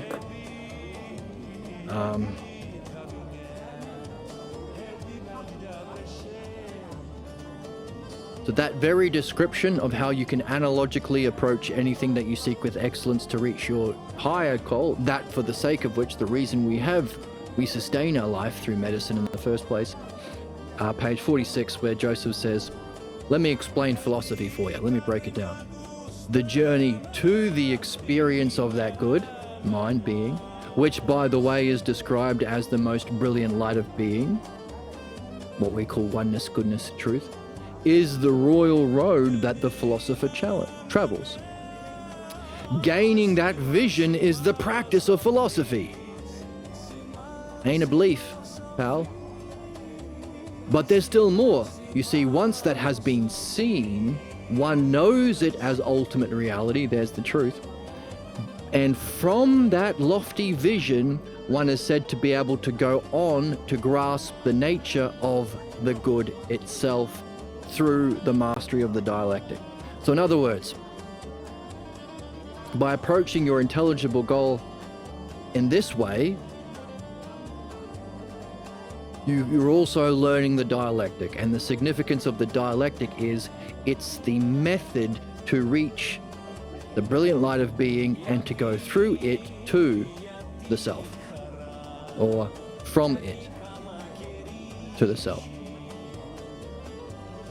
So it's that for the sake of which. So we can add more principles. Oh, and by the way, any person you can therefore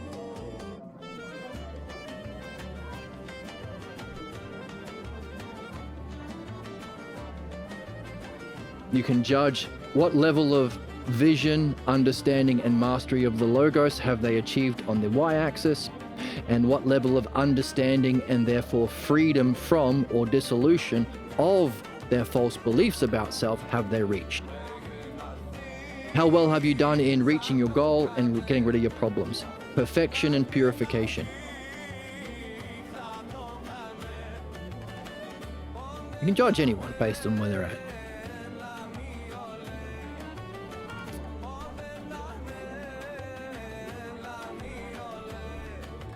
Therefore, another principle of what it means to be in the game.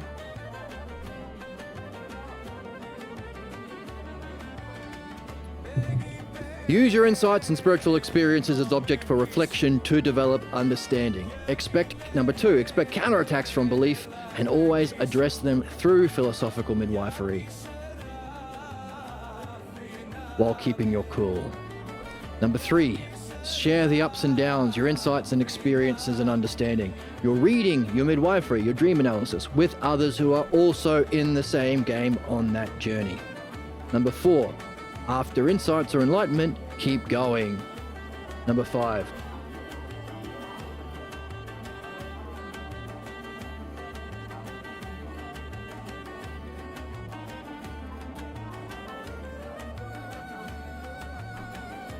seek a personally meaningful, has to be about yourself, not someone else, personally meaningful goal. Personally meaningful, intelligible,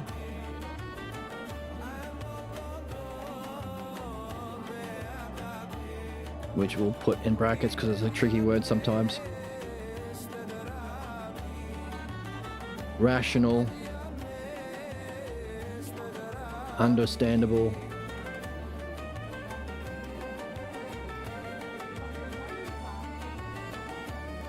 knowable, goal, not enough, with excellence,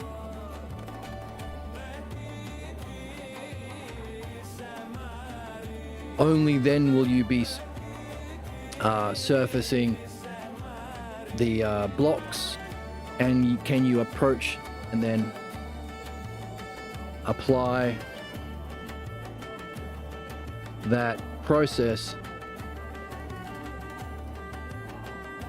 analogically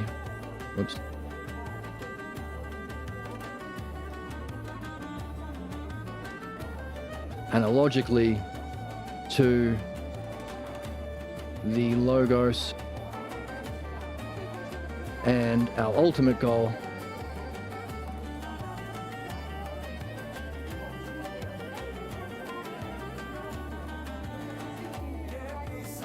of knowing mind, self, and mastery of the dialectic. So it has to be an intelligible goal, rational, so that you can learn rationality, mastery of the dialectic.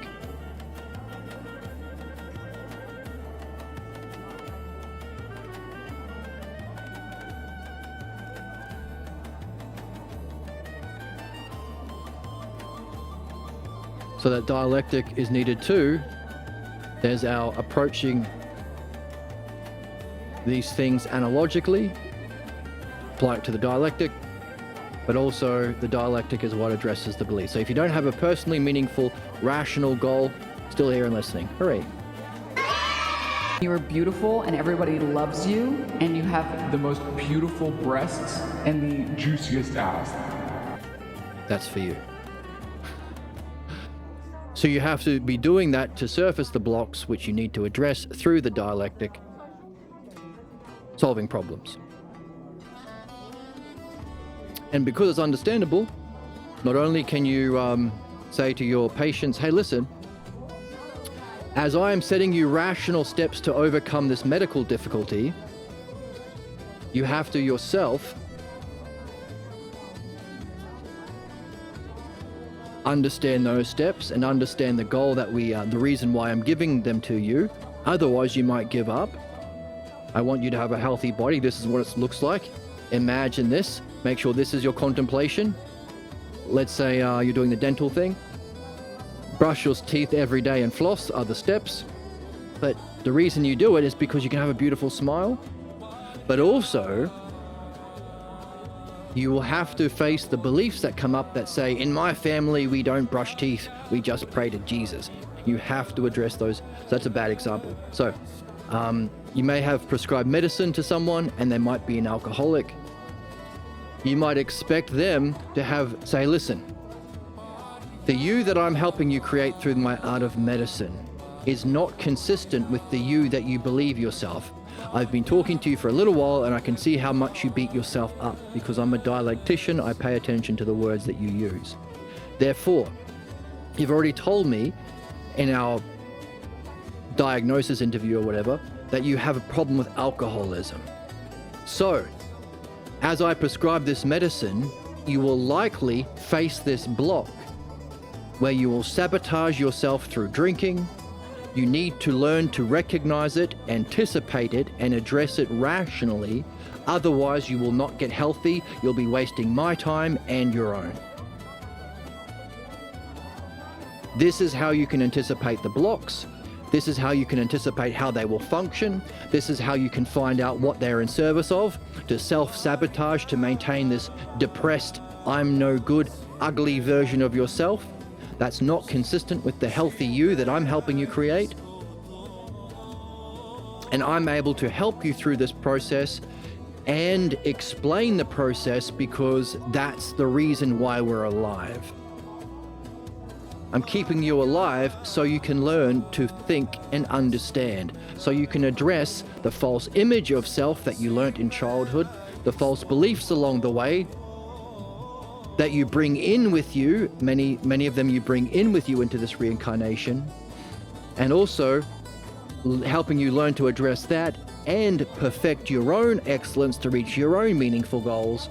That's why we're here. That's the destiny of man, the purpose of all living beings. So allowing you to be a doctor of the body and the soul. And you can do it because you've understood it. You've understood it because you've had to do it along the way.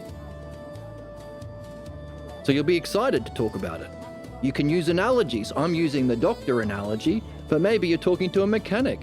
Do the same thing, but use car terms. I don't drink, but I'll probably self-sabotage with self-doubt and paranoia of harming people. Yes, expect it. and imposter syndrome and thinking, yes, that's what we're here for. We're here too. The reason you set an intelligible goal means you have to consider yourself as someone worthy, a leader, knowledgeable, that will rub up against the false, diminished view of yourself that you got in childhood. That's why we're here. That's what Harry in the book is saying. I'm having trouble seeing my false belief and letting go of it in spite of the rational dialectic we're going through, because I don't know what I have. If I remove my belief, what will I have left? What will I think of myself as? What will be my mask I wear? The mask is bad, Harry. Like you're saying, self-doubt, imposter syndrome, that's not a good mask. That's not yourself. The self is defined as the good, the true, and the one. That's you. You're here to discover that.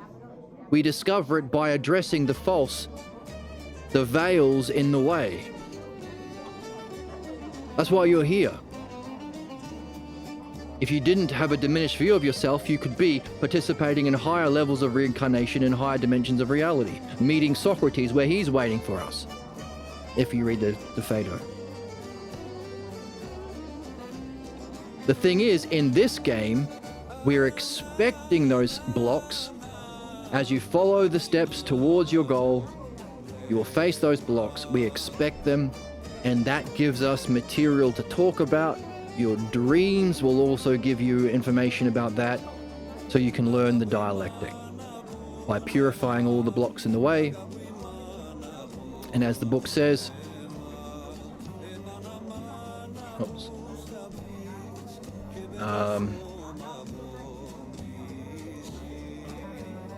dissolution. If you go through the dialogue on your blocks or your problems or your beliefs, you can make those beliefs visible because they'll surface along the way, as you mentioned. Oh no, me, worthy and knowledgeable. Oof. Exactly. Now, take note of that. Write it down. Find somewhere a book that you can keep. Write all this thing when you think about yourself being worthy and knowledgeable. What does it feel like? What words come up? What objects come up? Oh, every object will have a metaphorical meaning. What state of mind are you in? What's it like to feel that way? Simile. States of mind are similes. Can you imagine yourself in a drama? That drama is your allegory. Metaphor, similes, allegories. That's how our mind communicates to us through understanding, analogy, metaphor, simile, allegory. Allegory is the drama one. Write all that down. In fact, if you want to have some real success and move quickly like a thief, every time it comes up, every time, hey, we're reading something intelligible, every time it comes up, we're mastering the dialect. It's the highest goal, dialectic, every time it comes up when we read. When you pay attention to your dreams. Once you start to take a lot of those notes, you'll start to notice repeating themes, common images. That's the game. That's putting our Sherlock Holmes hat on. You're getting the clues that you can use to solve the puzzle. It's a win-win-win. It's a win-win. Exactly. Win-win-win. Win-win-win-win-win. Win-win-win-win-win. When you reach your end goal, you will have a different reaction.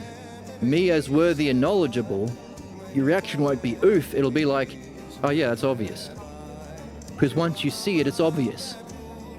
Once the veil is dissolved, it's clear. Right?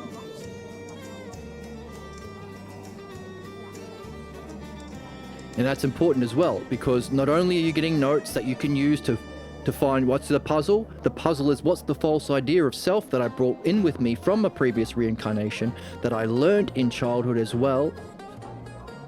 That's had a force in my whole life keeping me trapped in my problems. meaning you can escape the problems or the chains of your problems and the prison of a negative reincarnation down into this world of injustice, higher being in development. But also, once you get to the end, you can look back on those notes and say, hey, when I started the journey and I thought of myself as worthy and knowledgeable, my reaction was oof, and all of these other things that I've written down. Now it's just obvious. It's like saying gravity goes down. Yeah, of course it does. I'm not proud of the fact that gravity goes down. It's just normal. I'm not ashamed that gravity goes down. It's just, yeah, that's the self. It's there. It's fun. But being able to compare what's obvious to you now to what it was like at the beginning will help you as a dialectician. Because every patient will be at some level along that continuum. And currently there are very few dialecticians out there, so most will be towards that lower end. So you can recognize the difficulty. There's a reason why I timed out Believer McGee and I didn't ban him, despite him not answering any questions and just repeating religious talking points, distracting from the conversation, and very fucking insulting talking points, by the way, as well. Very patronizing bullshit. I didn't ban him, I timed him out. There's a reason why Joseph is still talking to Harry, even though he's tried to start a fight many times already. Thankfully, the beautiful and thoughtful Aaliyah was there to use her feminine ways to encourage the boys to be more civil and encourage Harry to be brave. Even if sometimes she was cucking him a little bit. That's weird that you think that. And I shouldn't use that expression. Because if you're genuinely in the game, you can turn it around. That was the story of Achilles. The worst man became the best. And so having those notes of what is now obvious about the self and comparing it to the beginning can help you, what do they call it in medicine? Your bedside manner. Also, at the end of the last book that we read, Socrates and Jesus, A Dialogue in Heaven, yes, I do take your jokes as jokes, but they're the good kind of jokes. Because they either represent an insight, like your thing about COVID and stuff, or they're jokes about your puzzle. Like the imposter syndrome, the worthy and knowledgeable oof thing. I know that you are approaching them ironically, you're not taking them literally, but also, you're telling the truth. So they're meaningful jokes. They're jokes because you recognize that they're not literal, but also meaningful jokes because it still gives you things like, we're not wasting our time. We're talking about where you're at. So your jokes about your insights into religion being crazy and harmful in the medical field, and where you're stuck. Your jokes about whenever you put yourself down. Meaningful jokes. That's this dialogue. The people were hanging out in this restaurant having jokes in a meaningless way. And the waiter came over and said, hey, listen, if you want to elevate yourself beyond meaningless jokes, you have to learn two things: understanding and how to remove beliefs that get in the way. That's meaningful humor. So yeah, a bedside manner.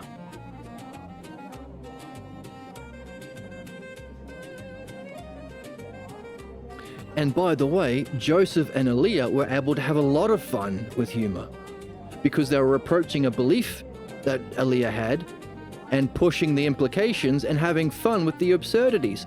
Hey, if everything is relative to perception, then when someone walks away, it looks like they're getting smaller. Oh my goodness, they're shrinking.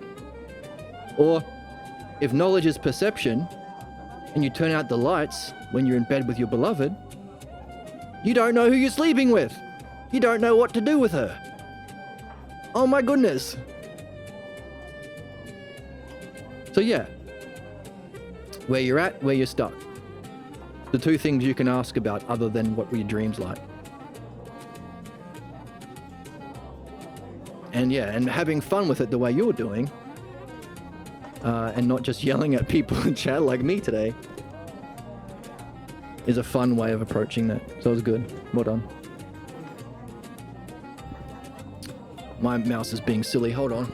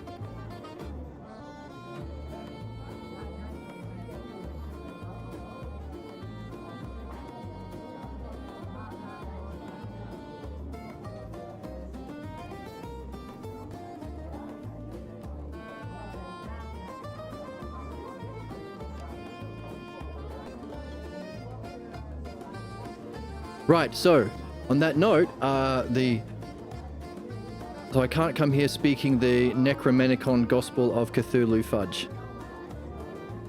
Well, I'm an open-minded person. Maybe you can convince me to join your fudge cult. That sounds dirtier than I intended. Absolutely gooped. Exactly. So, and we can see this in the text, of course. By making your belief visible through this reflection on those blocks that come up as you pursue your meaningful goals, understanding what maintains them, understanding what brings about their dissolution, you can see that these ideas seem to possess a vast power over men's minds, human minds, yet once they are seen for what they are, they dissipate like the morning mist. But if there is one I can't resolve by discussing it with someone else, as a midwife or a dialectician, I can always discover there is something I overlooked myself. Perhaps in the way it was put, or the manner it was being held. To the extent I was unaware of it too, I held that belief. So this is why I'm interested in discovering why I held it and why it escaped my notice. Oh, okay, you're speaking in tongues. You are possessed by the fudge god Cthulhu. Crazy. That's insane. Like, you need help. There's no help, actually. You need a straitjacket. There's no help for you. You need a straitjacket.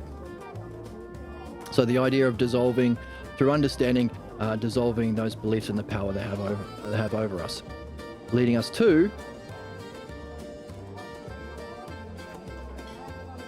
the fifth principle in being in the Hellenic game. Seek a personally meaningful goal, which is intelligible, has to reflect the logos. So rational, understandable, knowable. You could even say reflecting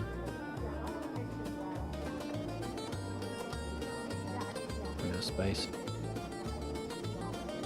Reflecting the self logos.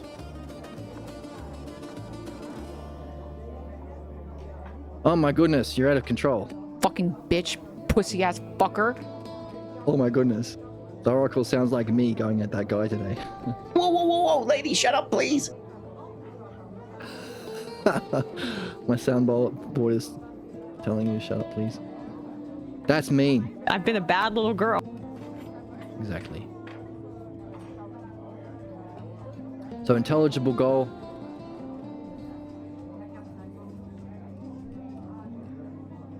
Which means rational, understandable, knowable, having that knowable ideal.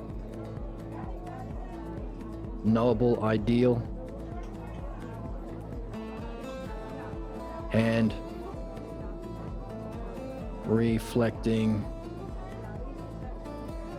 self logos. That's what it means to be intelligible. The intelligible structures in reality are that way because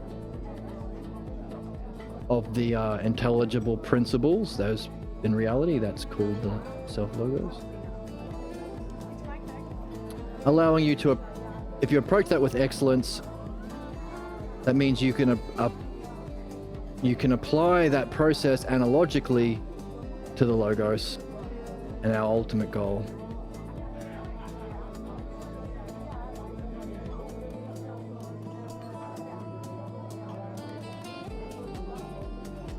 Apply that analogously to the logos and our ultimate goal of knowing the mind, the self, and the master dialectic. This is our step 5 of being in the game. You'll behave.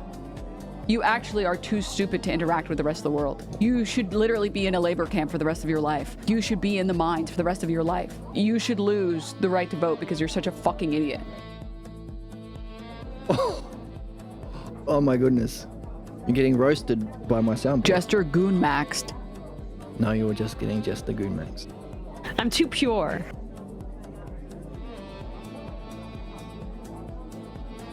So, what a burn, I know. You're a baby. You're a little baby. Hey.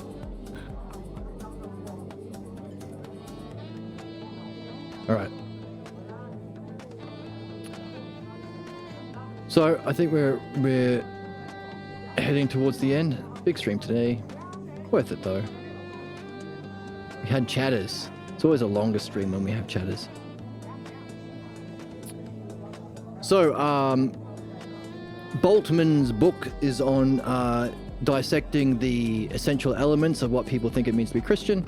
Maccabee's book looked at why, if they all come from Paul's imagination, where did he get his mythology from? And by the way, right, Paul rejects Jesus, and the gospel writers reject Paul. Where are we? All right, so here is Harry saying, look, don't you dare chop this religion, because people need religion because their lives are worthless and meaningless without it. People as to there's no inherent logos. There's no reason for existence. We have to lie to them. And by the way, let's not ask whether or not those lies are harmful. Why not a nice lie?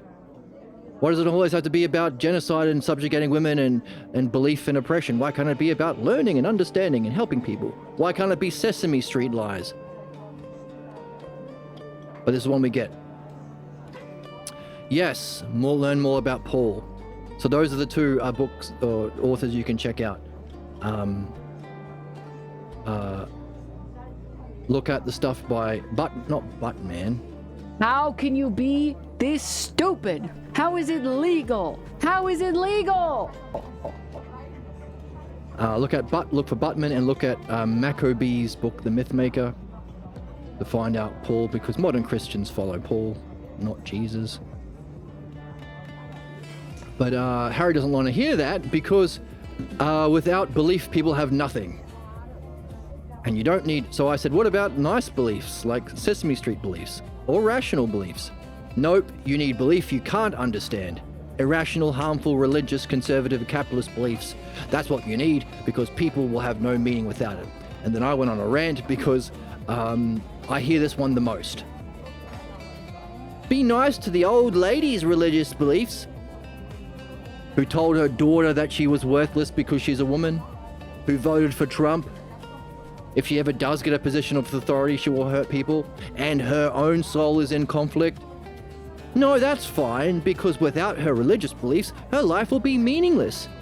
How can she go on a Christmas picnic or a Jesus Sunday lunch what will she do with the 84 crosses in her kitchen? Very, very disgusting and patronizing view that everyone else is too stupid. By the way, we often hear that from religious authorities and conservative and capitalist authorities. You think Trump believes in Christianity? Nope. He says it's for the idiots. Do you think half of the religious officials believe in their shit? Nope. Do you think these capitalists who appeal to whatever religious person in wherever their company exists? Nope. It's for the idiots.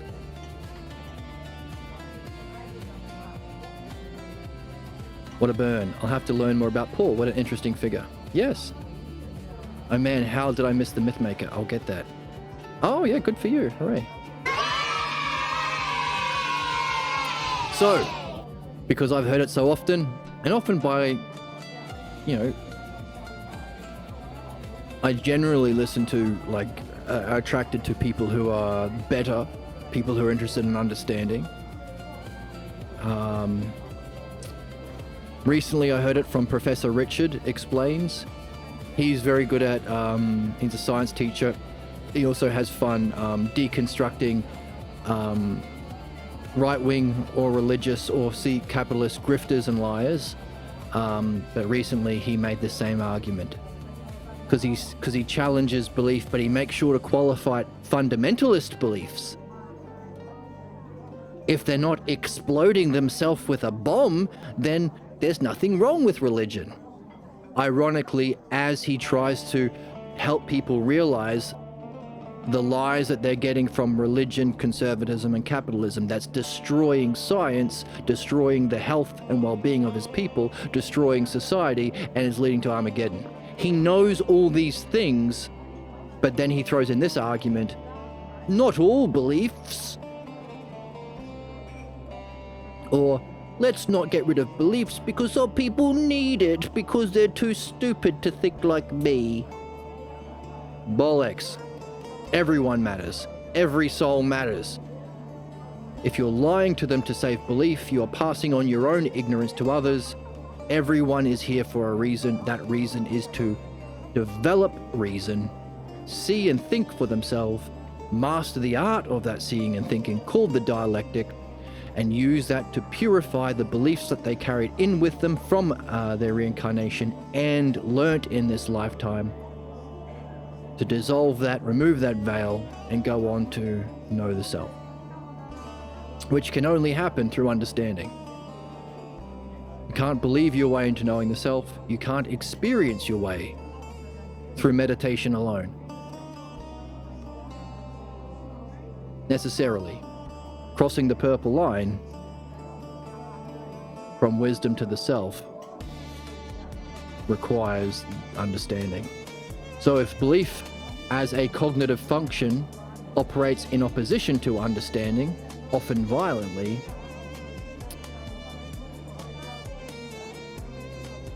you can't simultaneously say beliefs are good, ignorance, personal, the cause of human problems, and be a good person or function in a good way. Understanding is required to remove human ignorance and problems, to reach those higher states of mind, to know yourself as mind. That's the exercise of philosophy, but also understanding is needed to go from our peak experience to the self. So if belief fundamentally opposes understanding as its nature, you are going to be blocked from knowing the self. You need understanding to cross this line, the purple line. So no room for belief. Oh, only as objects of reflection that you surface along the way in reaching your personally meaningful goal, to develop the art of dialectic in its removal. It's like saying, to use the doctor analogy, some people need cancer. By the way, you might find it interesting that a lot of people who have cancer find that they think they need it to play a role and talk about the things that they would only get listened to in their family role because of their role as a cancer patient. Now, I'm not going to go into that in any more depth because it's a challenging idea, but it's worth looking into if we want to understand the cause of even physical ailments. That's a talk for another day. So, some people need cancer, you wouldn't say that. Some people need beliefs, that's the cancer of the mind.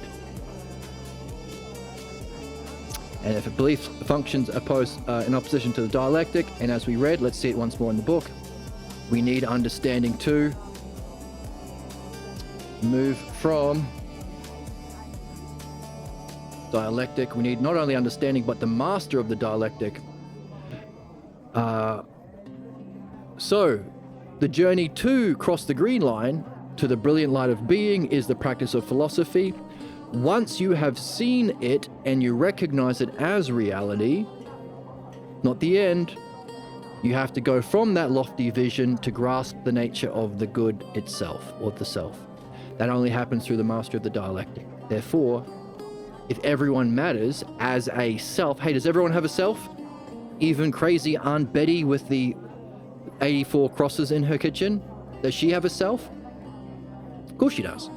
Does she have to believe she has a self? Doesn't make sense, does it? You can believe in a religion. Do you believe in yourself? No. Can someone convince you you don't have a self? What? Of course not.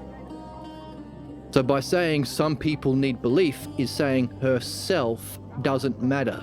The self that we all have, the self that's most personally meaningful and significant, the self that gives meaning to every activity, the self we are all here to master, you are rejecting what is most unrejectable, because you can only go on to reach the good or the self through the dialectic, and belief functions in opposition to the dialectic. And therefore, crazy man in chat with his belief-based nonsense, we said, hey, cut it out. Timed out, but not blocked, or banned, or whatever. Oh, I'm behind in chat. I wonder how ordained priests handle cognitive dissonance when they learn the Holy Trinity is a post-biblical invention. Well, I encourage you to find out and report back to us in your findings. And I think it's a good question. If you do find a way of talking to some people like this, and you introduce the Logos, what do? Because Harry is someone in this book we're reading who is being introduced to reason and understanding he has been completely isolated from. Even as an academic, they don't do real philosophy, they do the opposite. So we are seeing him fighting back and counterattacking, but he has been surfacing the reasons. I won't know what to believe. I'll have to face the nothingness of my life up till now. And even when say, hey, it's not nothingness, pal, there is an alternative. It's called understanding. No, that's just word games. So we are learning what it takes. So yeah, I recommend you find out and report back to us what you find. Why would I need understanding when I can hate everyone not like me? Interesting case you're putting forward. And not exactly like me, until I'm alone, suffocated by loneliness of my own painful existence from my own beliefs. It's not a self-fulfilling prophecy or anything. Religion is quite a beast to think of objectively, I think, and not a lot of people can do it. But we're all here to do it. So, might take work, but fun. Let's say fun. Might be the fun. Oh, and I mentioned earlier, at the end of the last book we read, Socrates and Jesus, A Dialogue on Heaven, we did look at the 10 ox-herding pictures of Zen Buddhism, which has 2 stages of ignorance, bound by belief, and then 8 stages of enlightenment. One of those stages is functioning as a dialectician yourself. And then when you reach the higher stages, it's obvious. And the final stage, having these conversations with others.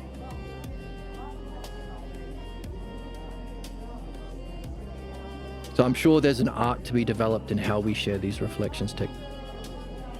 People only exist so I can preach my beliefs, and if they reject them, they reject me, and they must receive the ultimate punishment.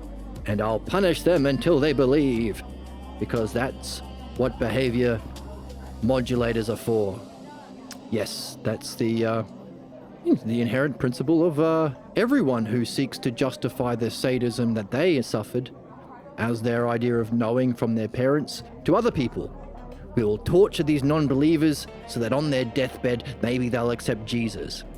They don't give two shits about Jesus. It's a way of justifying what they're really interested in, sadism. That's the Crusades. Oh, and that's also Dick Cheney. Do you think he gives two shits about terrorism? No, he's the biggest terrorist state of them all. Not only funding terrorism in other countries as they overthrow democratically elected leaders, but literally the only country to be convicted of terrorism by world courts. No, it's the sadism. The belief-based model of what it means to be a Noah that was inflicted on him by his sick parents and by their grandparents and great-grandparents all the way back. Our current world is disgusting because we let him, the worst of all human beings, in positions of leadership and not demand understanding and a mastery of belief so you are not slave to your beliefs. I want to be a deeply insecure person and despise whatever attacks my ego and reminds me of my mummy and daddy issues. Yes, that's what happens. I think a good side ride for this world would be The Wrong Way Home by Dr. Diekman. It's a book about cults and touches on religion quite well. Interesting. Good accompaniment. Thanks, keyboard. Interesting. Dr. Diekman, The Wrong Way Home. Reminds me of a song I'm going to be learning soon. The Long Way Home by a band. I just learned, or am learning, The Logical Soul. Supertramp. There's another good song by them, it's on my list, called The Long Way Home. I'll be playing music later on today on my music channel, Jed Phoenix Music on Twitch, if you want to hang out and talk more as I play music on my guitar. So,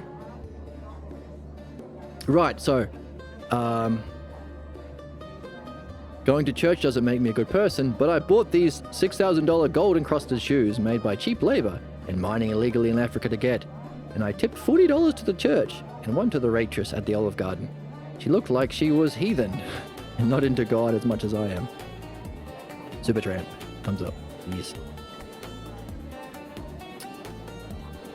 Right, so,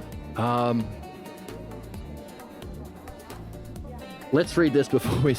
Let's see how Joseph responds to the idea that some people's selves are not worthy, and they need belief, which blocks the dialectic needed to reach the self, because their lives are meaningless without it. Harry.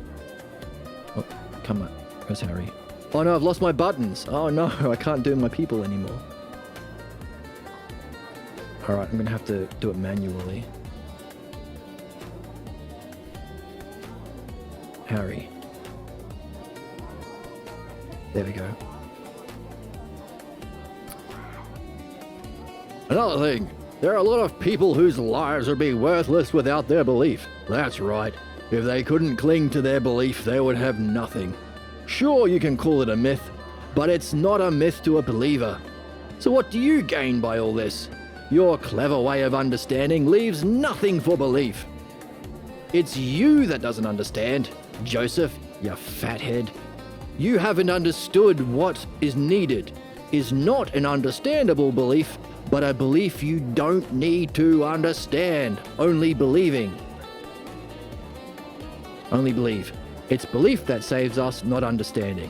The exact opposite of the truth. So, you dress nice at church though. Oh, that's that's good. What does Joseph say? Joseph says, Harry, when you are interested in exploring ideas, do you first separate out those you want to protect?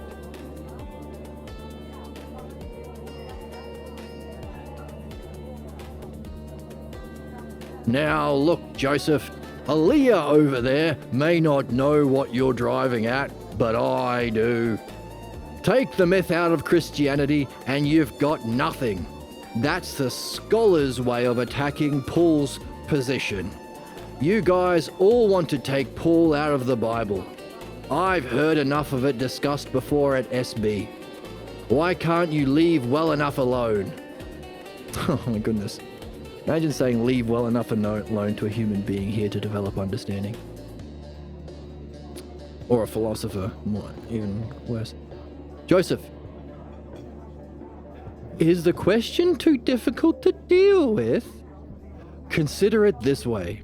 If Paul has a teaching that is not found in the other Gospels, and he does call his teachings his gospel, so why believe Paul rather than Jesus? You see, Harry, the question is not trivial. It asks if Jesus clearly and unambiguously gave the requirements to become one of his followers and for gaining eternal life. And if Paul gives another set of requirements that are altogether different, then why would anyone who claims to follow Jesus follow Paul?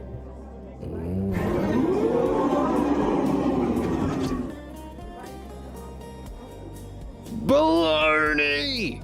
Joseph, nothing but baloney. You know damn well what all this means. You do know, don't you, that Paul got his teachings from Jesus, not from any man, as he says. So what you're saying is nonsense. On the road to Damascus, he had one hell of a conversion experience. That's what started him off. He had a real Christian light experience, and all the rest is pagan, Oriental mishmash. New Age bunko. I'm a go, but take care. So, it looks like the lads are getting into a greater discussion about, yes, univocal. Yes, they are learning the Bible is not univocal. So, whoops. I have morphed into my evolved Pokemon form. Hold on a second. There we go. So, the boys are getting into more depth as to the specific teachings of Jesus and how they differ from Paul. And he's throwing out the key quotes. But Paul said he didn't make it up. And Paul said he had a conversion experience. And surely a light experience, if we believed he actually had it, is enough to change your beliefs. Of course, if that were true, then every hippie who's done a lot of acid at a concert would be enlightened. Experiences don't change your belief, understanding does. That's why the first principle of being in the game, to be a rational person or be Hellenic or philodianoia, love of understanding, is use your insights as objects for reflection, for develop understanding, and use that understanding to address your beliefs that counterattack. So this argument that people use, oh yes, he killed Christians for fun, and he was a notorious sadist and liar, but he claimed to magically change his mind through magic when he had a conversion experience on the road to Damascus. So he's throwing that one out. He's throwing out the idea that, well, he claims that he didn't get it from anyone else, even though he rejects everything Jesus says and makes up his own horse shit, which has been responsible for countless atrocities, slavery, genocide, subjugation of women, and the list goes on and on and on. So we want to get, just as individually, we want to get to the root source of our false beliefs that block our development, so too it's worth getting at the root false beliefs of Paul that are the cause of so much human suffering. And hey, like it or not, even if you're not Christian, you are still influenced by these teachings in some way. So it's worth us nailing down for ourselves. That's where we're going. Now, the whole, but not all beliefs argument justified by some people need beliefs for a meaningful life or to learn morality. Well, it's not the morality thing, but for a meaningful life. Wasn't addressed by Joseph, but I think we did, by recognizing that everyone has a self. You can't believe that away, and the only way of reaching the knowing of the self and removing the cause of our own internal conflict, even if you don't inflict it on anyone else, is the dialectic. Because the root cause, as we say, of belief is the pathologos sick idea of the self. You need the dialectic to address that. Belief blocks the dialectic. You can't allow belief. To know the self, which is what makes activities meaningful. And so speaking of meaning, it is what makes, hey, is that meaningful? When we ask that question, are we referring to the self? Are you improving yourself? Does it help you learn yourself? When we study, like we're talking about becoming a doctor, is it meaningful because you now have a different idea of yourself and functioning from yourself? Is that what makes every activity meaningful? Therefore, anyone who says some religion or some belief or some conservatism or some belief in Elon Musk's divinity or belief in the king's right to rule, some belief is necessary for meaning is the exact opposite of the truth, because what makes something meaningful is the self. How you reach the self is through the dialectic necessarily. How you solve problems and suffering is through the dialectic. Therefore, if belief functions to oppose how you solve problems and reach meaning, you are saying the opposite. Belief isn't necessary for meaning, it necessarily blocks the activity to reach meaning. Not only that, the other part of it that makes your life better is the opposite, because it can't solve the problems that make your life worse. We all want to know the self, we all want to be free from problems, therefore, this idea that belief is necessary because it gives people's life meaning is the opposite of the truth. Tell your friends, tell everyone who tries to save belief. Now, as we've been talking about as well, there will be stages of learning people go through. Their first reaction to that will likely be to reject that. That's why it's a conversation. So as Aaliyah is going to come back and talk after she's done some reading, hopefully Harry is if he doesn't run away. So too, as you communicate this to your friends, they might reject it at first, then they might offer their own beliefs, then they might take a piece of what you're saying, then they might try some hermeneutics and try and save their beliefs and add the understanding, combine the two together, till ultimately they might be open to and receptive to seeing why that's true. And what understanding provides is an ability to communicate that, because it's true. And you understand the parts, you can communicate it yourself. That's why it's called an art, the art of dialectic. The very art we're here to master, we talk about as a metaphor, being a doctor to the soul. And as we all have all the self, and as we all have a soul, we all have a self. Now, soul has a specific meaning, all of the psychic forces. So you don't have to add anything else to the idea of soul, just the psychic forces we think, we desire, we move in the world. That's it. But putting that soul aside, we all have a self. We all seek to know the self. We all seek to remove our problems. Therefore, belief ain't saved in that way. So have fun, but also anticipate your own counterattacks to that. Your reaction might be, well, not my beliefs. I could never help people without being a Christian or whatever. Expect your own stages of interpretation or counterattacks from belief, because that's the game. That's why we say expect the counterattacks and keep going as you seek a personally meaningful, intelligible goal with excellence. Apply that analogically to the art of the dialectic. So expect your counterattacks or blocks. So, seen a lot.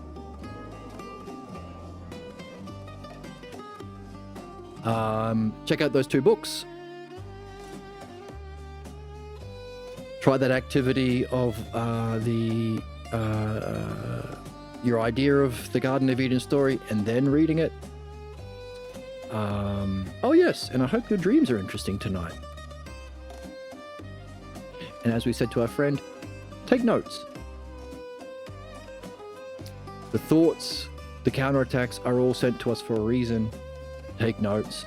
And as you start to take notes, as we are taking notes of our dreams, as you take notes of your problems and blocks and distractions, you'll start to notice a theme, start to gain insight, and with sufficient understanding, those problems will be dissolved. pleasant dreams tonight. I hope you had fun. Exciting, dynamic stream today. And if you want to buy me a coffee, there's a link below. If you want a PDF of the text, there's a link below. If you want to join the Discord, there's a link below. And I will see you in the next one. Or I'll see you in the music channel if you want to hang out. Bye.